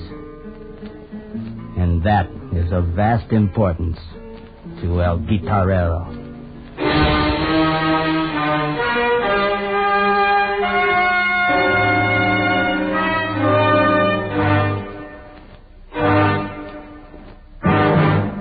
Under the direction of Anthony Ellis, Escape has brought you El Guitarero by E. Jack Newman, starring Eddie Firestone as John Webster and Jack Crucian as Luis. Featured in the cast were Lillian Baeff, Charlie Lung, and Herb Ellis. The special music for Escape is composed and played by Leet Stevens, with guitar sequences written and played by Jose Barroso. Next week.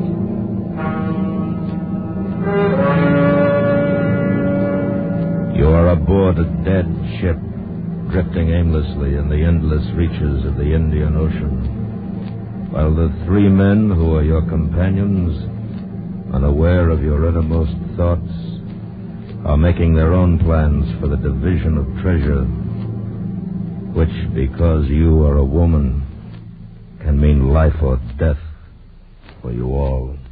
So listen next week when Escape brings you The Derelict, adapted by Larry Roman.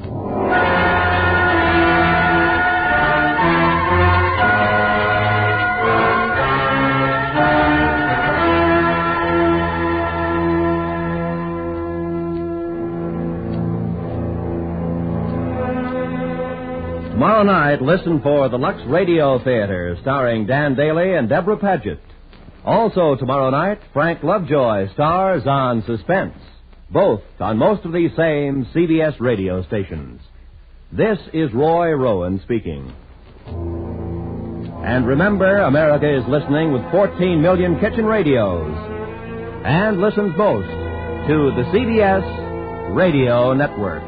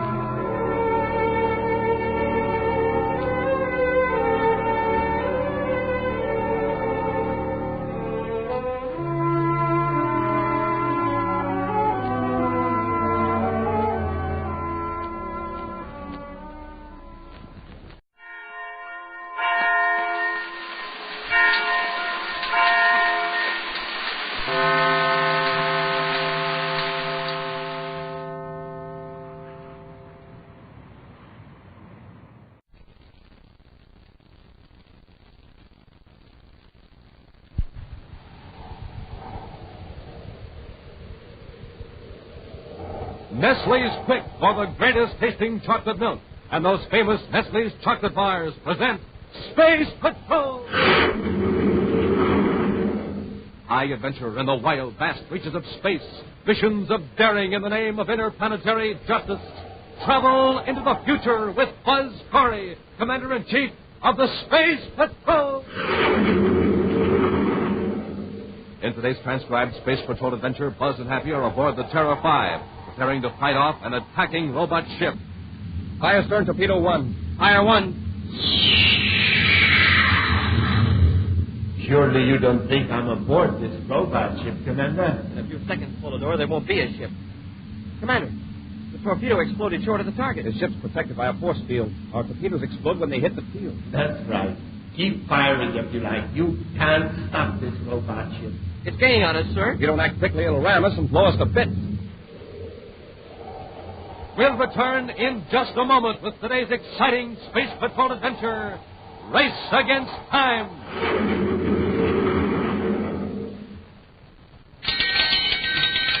Come and get it! Come and get the coolest, most refreshing, most delicious glass of chocolate milk ever. Space Patrollers, that's Nestle's Quick. There's nothing in this universe that tastes so good, mixes so fast, and cools so well. Nestle's Quick has the same terrific flavor as your favorite Nestle's chocolate bars. What smooth, velvety chocolate. And it's so easy, Quick just about makes itself. Listen, first you pour out your big frosty glass of milk, then you just drop in 2 teaspoons of Nestle's Quick.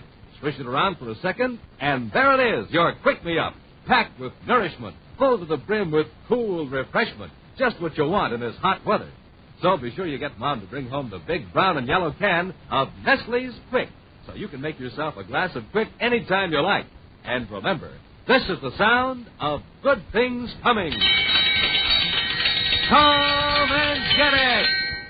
Come and get your Martian totem head, too. Boy, you'd better hurry because this offer is almost over.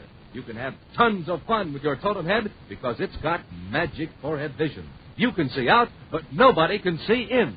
Today, send the lid or a tracing of the label from a can of Nestle's Quick, together with your name, address, and 25 cents, to Space Patrol, Box 686, St. Louis, Missouri. That's Space Patrol, Box 686, St. Louis, Missouri, and hurry! And now, today's Space Patrol adventure, Race Against Time. Commander Corey is waging a battle of wits against Polidor, the invisible mastermind behind a series of daring crimes. Although Buzz and Happy have captured several of Polidor's agents, the identity of the super criminal remains a mystery. Right now, the Commander and Cadet Happy are in the office of Neil Channing, Chief Chemist of the Solfex Products Company in Lowell City on the planet Mars. Channing's staff has just completed the laboratory analysis of a complex mixture of chemicals provided him by the Commander. Here you are, Commander. It's as complete and detailed as we can make. Oh, thanks, Channing. I'll check it over now if you don't. Oh, go ahead. Well, you'll probably notice that in most of the items, our reports merely confirm the findings of your Space Patrol Security Lab experts. I'm sorry we weren't able to supply much new information. I don't expect miracles, Channing. At any rate, your independent tests cut down the margin of error. Oh, this paragraph on component 11. You've got data here that we don't have. Well, we should have. After all, it's a product we make here at Solfex. We intend to market it under the trade name Lumaplex. Lumaplex? It's a synthetic mineral with several unusual properties. For one thing, it amplifies light. Lumaplex? That's a new one on me. Channing, I believe you said you intend to put it on the market. Yes, it's still in the experimental state. Well, aren't you surprised that we should bring you a sample of it for analysis? Not especially. It's our policy here at Solfex to let small independent researchers experiment with our new products. Why, we even have high school chemistry students on our trial and error shipping list. Pays off, too.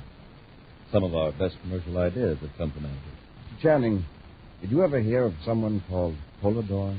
Polidor? Oh, you don't mean this long-range ventriloquist who's been throwing his voice all over the solar system? Yes.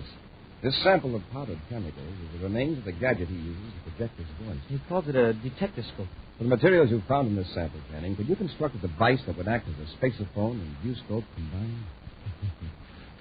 Some order. You could make it so compact that it's the size of a half-credit coin and only twice as thick. Definitely not. I don't say it's impossible, but it's beyond the scope of our know-how here at Solfax. Well, it's not beyond Polidor's know-how. If we can find the man who put your Lumiplex to work, it might help us locate Polidor. To your knowledge, how many outsiders are working on Lumiplex? At least 10 individuals are firmed. I can give you a list. Good. I'm not overlooking the possibility that someone here at Solfax might have found out more about Lumiplex than his Polish employers. It's not a pleasant thought.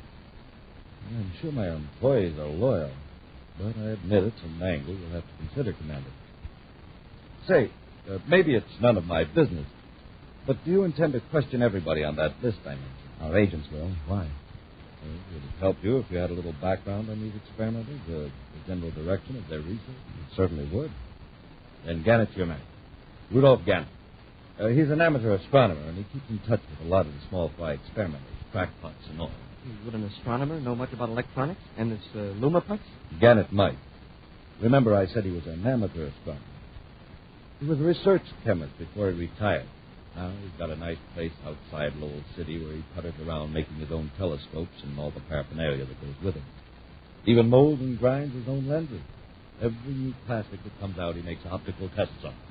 He might be interested in work on Lumiplex because of its light amplifying properties. Mm-hmm.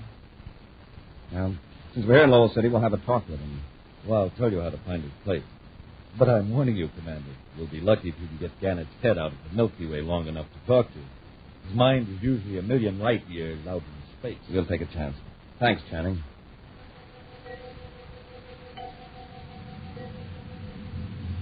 Outward bound from Terra, a private cruiser follows a vector that avoids the regular space lanes. Its pilot, Chad Kessick, keeps a wary eye on the viewscope screens as he speaks into the spaceophone. Everything's set, Polidor. Not a hitch. If you are sure you're not being followed, proceed to headquarters. I have another job for you. It involves Commander Corey. Korea? I thought Janik drew that detail. Yes, but unfortunately, an unforeseen move on Corey's part in Janik's schedule. I want you to dispose of Corey before 1600 hours tomorrow. It's pretty short notice, isn't it? Perhaps. But I want Corey out of the way when our device puts the telecommunications center out of commission. Maybe we can figure a way to have Corey at the center when our gadget does its work. Yes. It would give me great satisfaction for Corey to be on him when the entire nerve center of his precious space patrol is burned out. The Omicron radiation would finish Corey, just like it's going to take care of everybody in the communications building. It's a tempting cause.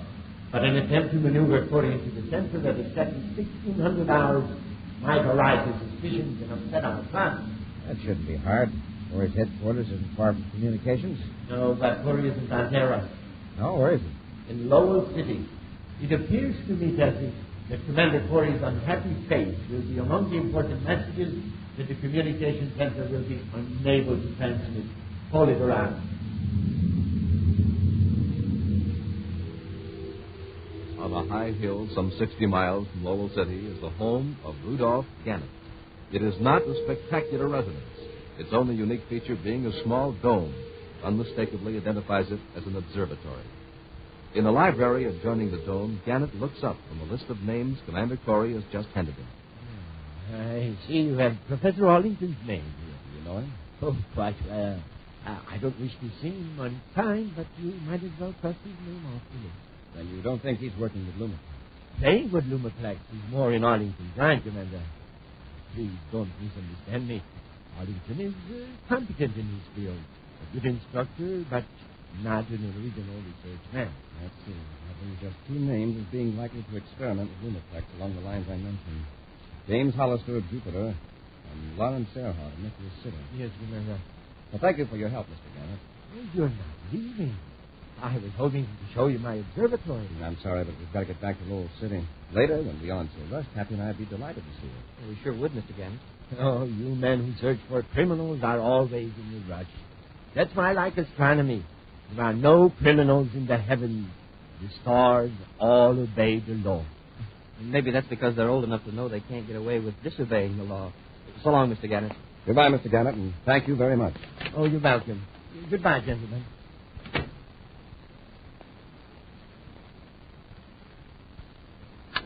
Tessie, are you there? Yes, sir. Corey and the cadet just left. Keep out of sight. I took care of their surface car, Polidor. Give them 10 minutes to start. Then take my car and trail them. This time we've got to make sure.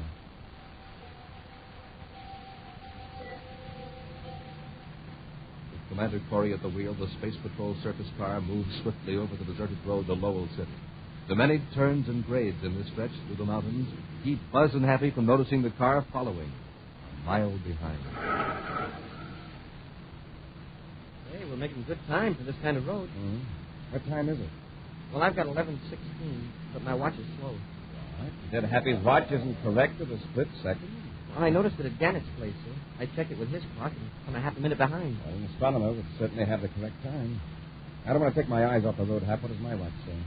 Why, well, that's funny. Yours is the same as mine. We both can't be off the same amount. Yeah, right now, 30 seconds can't make any difference. That's right. We'll still make Lowell City by 1200. Say, wouldn't it be a joke on Gannett, the well-ordered astronomer, if his clock was wrong? Mm-hmm. I just happened to think an observatory would have several clocks, keeping different kinds of time. Universal star time, local star time. Oh, sure. The clock I saw was probably on Mars sun time. Hey, Commander, our windshield is fogging up. Fog in this dry Martian atmosphere? Something is clouding the windshield. What's wrong with that automatic gizmo? That electronic field is supposed to repel dust and Hap, vapor. I can't see. Look out the side and guide me. Commander, you're too close to the edge. A little to the left. Hey, we're going over!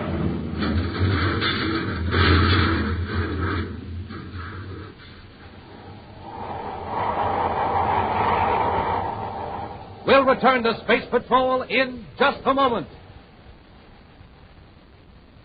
Hi, Space Patroller. Hi, Captain Tufeld. Hey, see, you got another keen man from Mars totem head in the morning mail. How many you got now?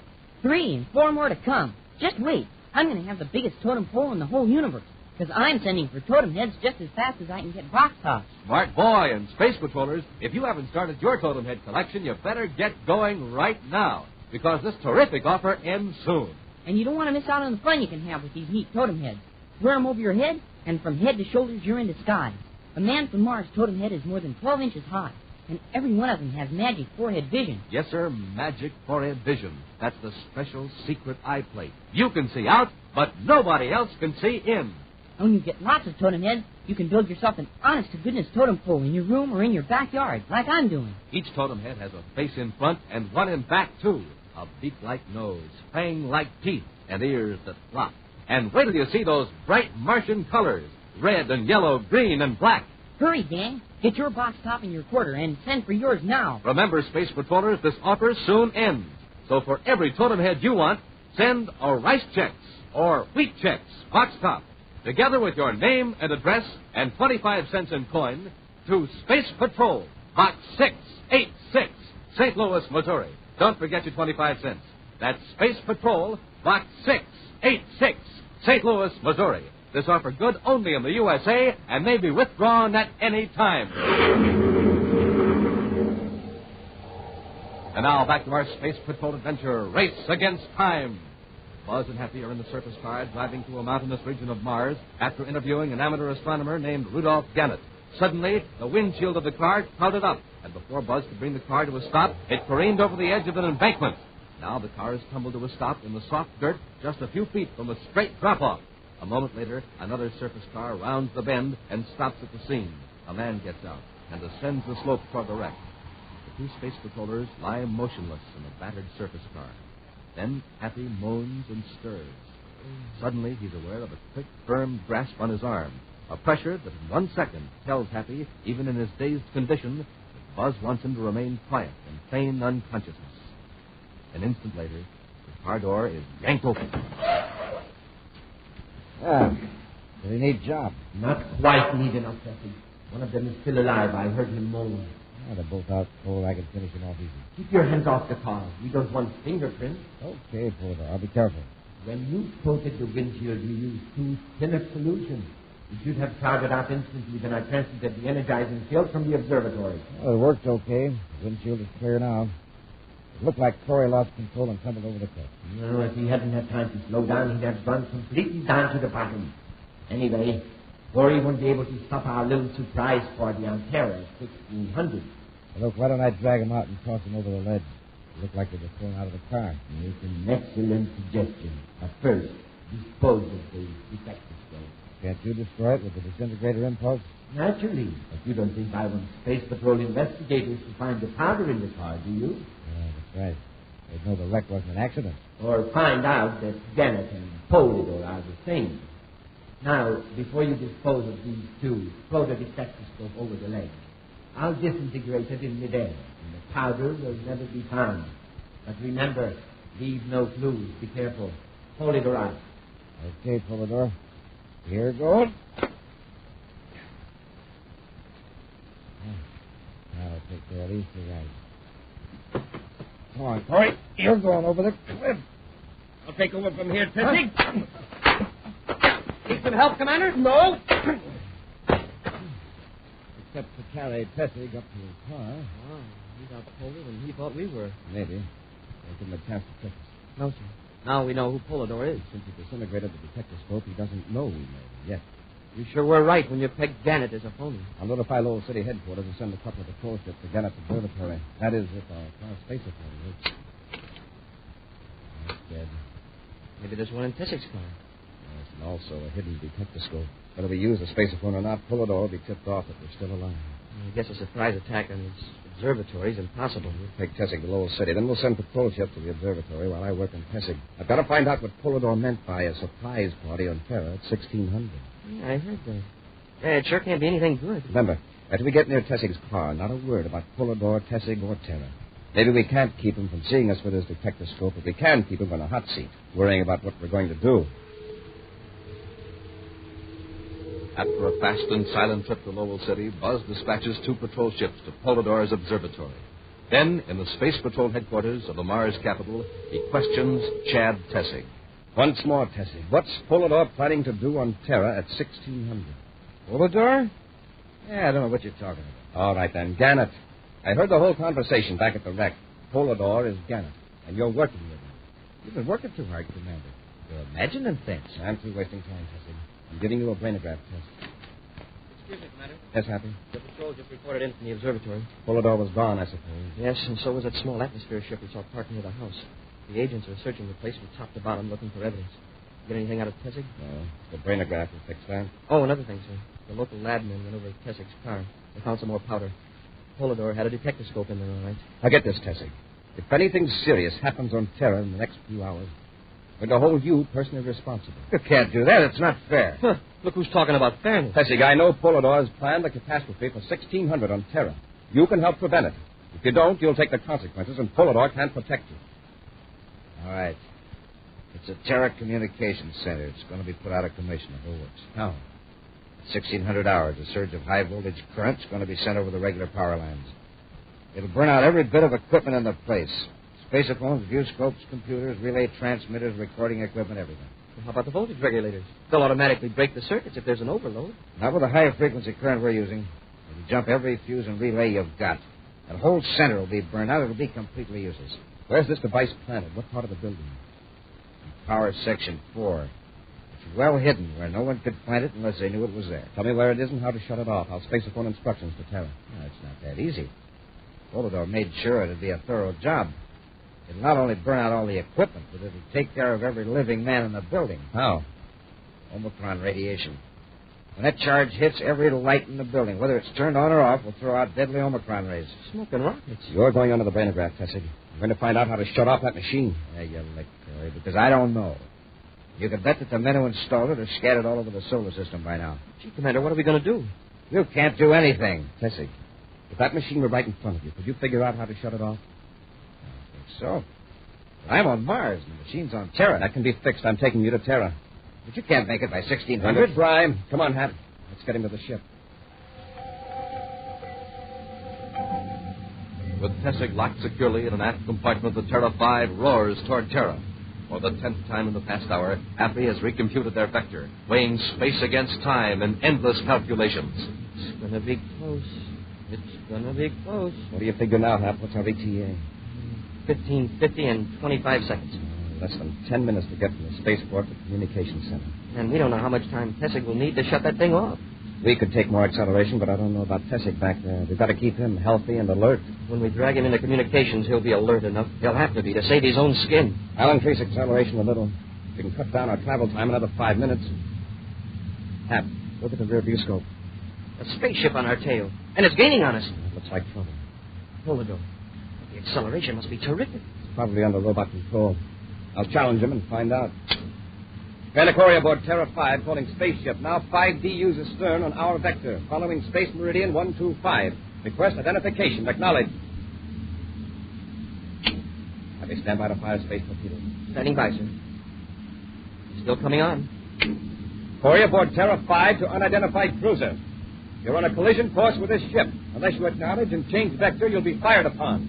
Very well, Commander. Go ahead and fire. It's Polidor, all right. Polidor, we've changed vector, and your ship is still tailing us. I'm giving you one more chance. I'm on target, sir. Fire stern torpedo 1. Fire 1. Surely you don't think I'm aboard this ship, Commander? In a few seconds, there won't be a ship. Commander, the torpedo exploded short of the target. Something must have been wrong with the proximity fuse. No, Cadet. This ship is protected by a force field. Your cosmic torpedoes will never reach me. Commander, can we try it again? It'll be a waste of time. The proximity fuses react to the force field instead of to the actual hull of the ship. That's right. Keep firing if you like. Meanwhile, this robot ship will pursue you and ram you. If we time it right, and wait till he gets real close. No, we'll be destroyed by our own torpedo. Exactly. You may as well face it, Corey. You will never reach Terra. And as you probably know by now, the communication center will be destroyed at 1600 hours. In a moment, Commander, my viewscope screen will go blank. And I'll know that you and the Terra 5 have been blasted to bits. Goodbye, Commander. Gee, sir, what can we do? Evasive tactics are no good. Polidor's robot keeps right on our tail. Pat, put on a spacesuit, then shove a cosmic torpedo out of the cargo hatch. I'll cut down our acceleration. Yes, sir, but what good will that do? The torpedo will have the same velocity as the ship. It'll stay right with us. That's the idea. Hurry. Get that suit on. When you're ready to shove the torpedo out, signal me on your suit spaceophone. Now get going.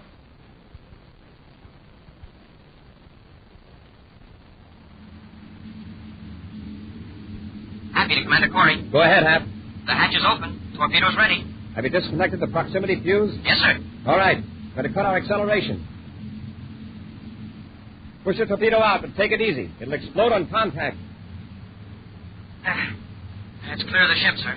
But it's floating right along under us. Good. The robot ship is gaining fast. Brace yourself and keep clear of that hatch. I'm blasting ahead on all rockets. Okay, Commander.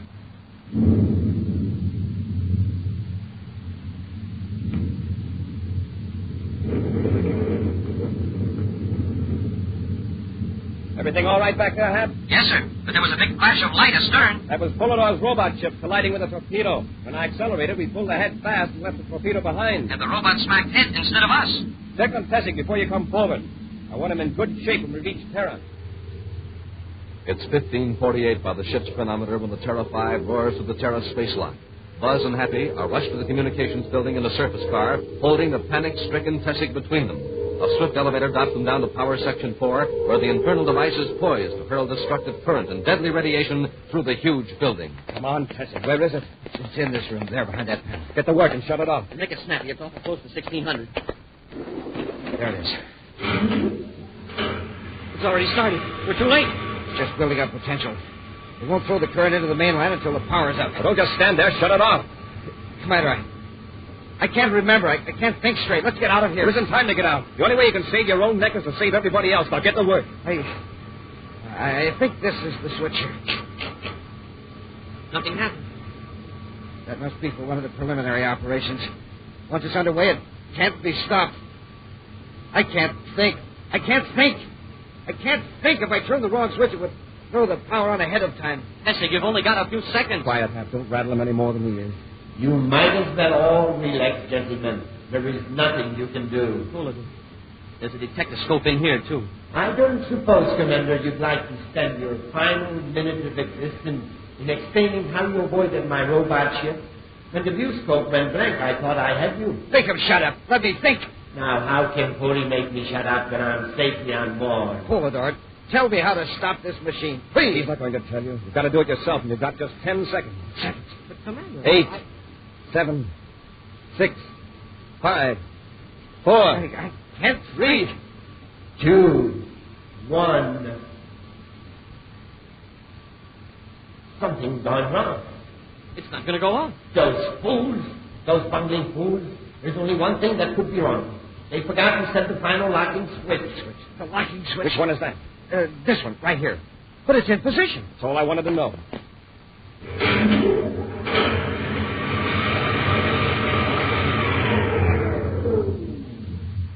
It's off. I don't understand. It was on before. Why didn't it work? Happy, what time do you have? Exactly 1600. Hey, my watch must be slow. Pull it off. You're still listening. What time do you have? 35 seconds past 1600. Right. By Mars local sun time. I was hoping you'd be too excited to remember there's 30 seconds difference. But, Commander, you were counting off the seconds. By Mars sun time. The machine was set by universal star time. Pull it off thought his machine was out of order and obligingly told us how to fix it. Next time, Corey, you won't be so lucky. We'll meet again soon, Polidor. And I'm looking forward to it. Yeah, Polidor. And next time, we'll fix your clock.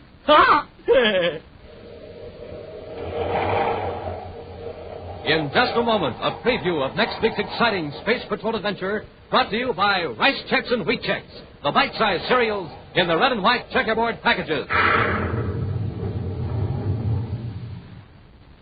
Say, gang, are you walking around without your head? Now, Hap, how can anybody do that? Smoking rockets, Commander. I mean the totem head. That's the greatest thing since heads were first invented. Oh, I get it. And Space Patrollers, you want to get one of these spooky totem heads. You can see out, but nobody can see in. You've got to act right away. There's very little time left, and when this offer ends, it'll never be made again. Don't be without your head when it's so easy to get a totem head. You just send your name and address and 25 cents together with the lid from a can of Nestle's Quick or a tracing of the front of the Quick label or a Rice Chex or Wheat Chex box top to Space Patrol, Box 686, St. Louis, Missouri. Got that, boys and girls? It's Space Patrol, Box 686, St. Louis, Missouri. Now, a preview of next week's exciting Space Patrol adventure. Buzz and Happy are trying to get out of a huge castle on the planet Venus, where Polidor is holding them prisoners. The two Space Patrollers are struggling, trying to open a heavy door. It's locked. But in a castle this size, there must be more doors. The chances are Polidor has them all locked. Yeah, by electronic control. Commander, something smells strange. I noticed it, too. My eyes are burning. Gotta try and pull it on and take our chances. He's filling the castle with poison gas. Be sure to join us next week for the thrilling story, The Robot of Vorcana. Space Patrol, created by Mike Moser, starring Ed Kemmer as Commander Corey and Lynn Osborne as Cadet Happy, was written by Lou Houston, produced and directed by Larry Robertson, executive producer Mike Devery. Other players were Bela Kovach, Ken Mayer, Norman Jolly, and Stephen Robertson. Dick Tufeld speaking. Now, don't forget to tune in next Saturday and every Saturday for exciting action on Space Patrol! Space Patrol was brought to you today by Nestle's Quick for the greatest tasting chocolate milk and those famous Nestle's chocolate bars. Be sure to see another exciting Space Patrol program in your local ABC television station. Consult your newspaper for time and channel. This program is broadcast to our armed forces overseas through the worldwide facilities of the Armed Forces Radio Service. Space Patrol came to you transcribed from Hollywood. This is ABC Radio Network.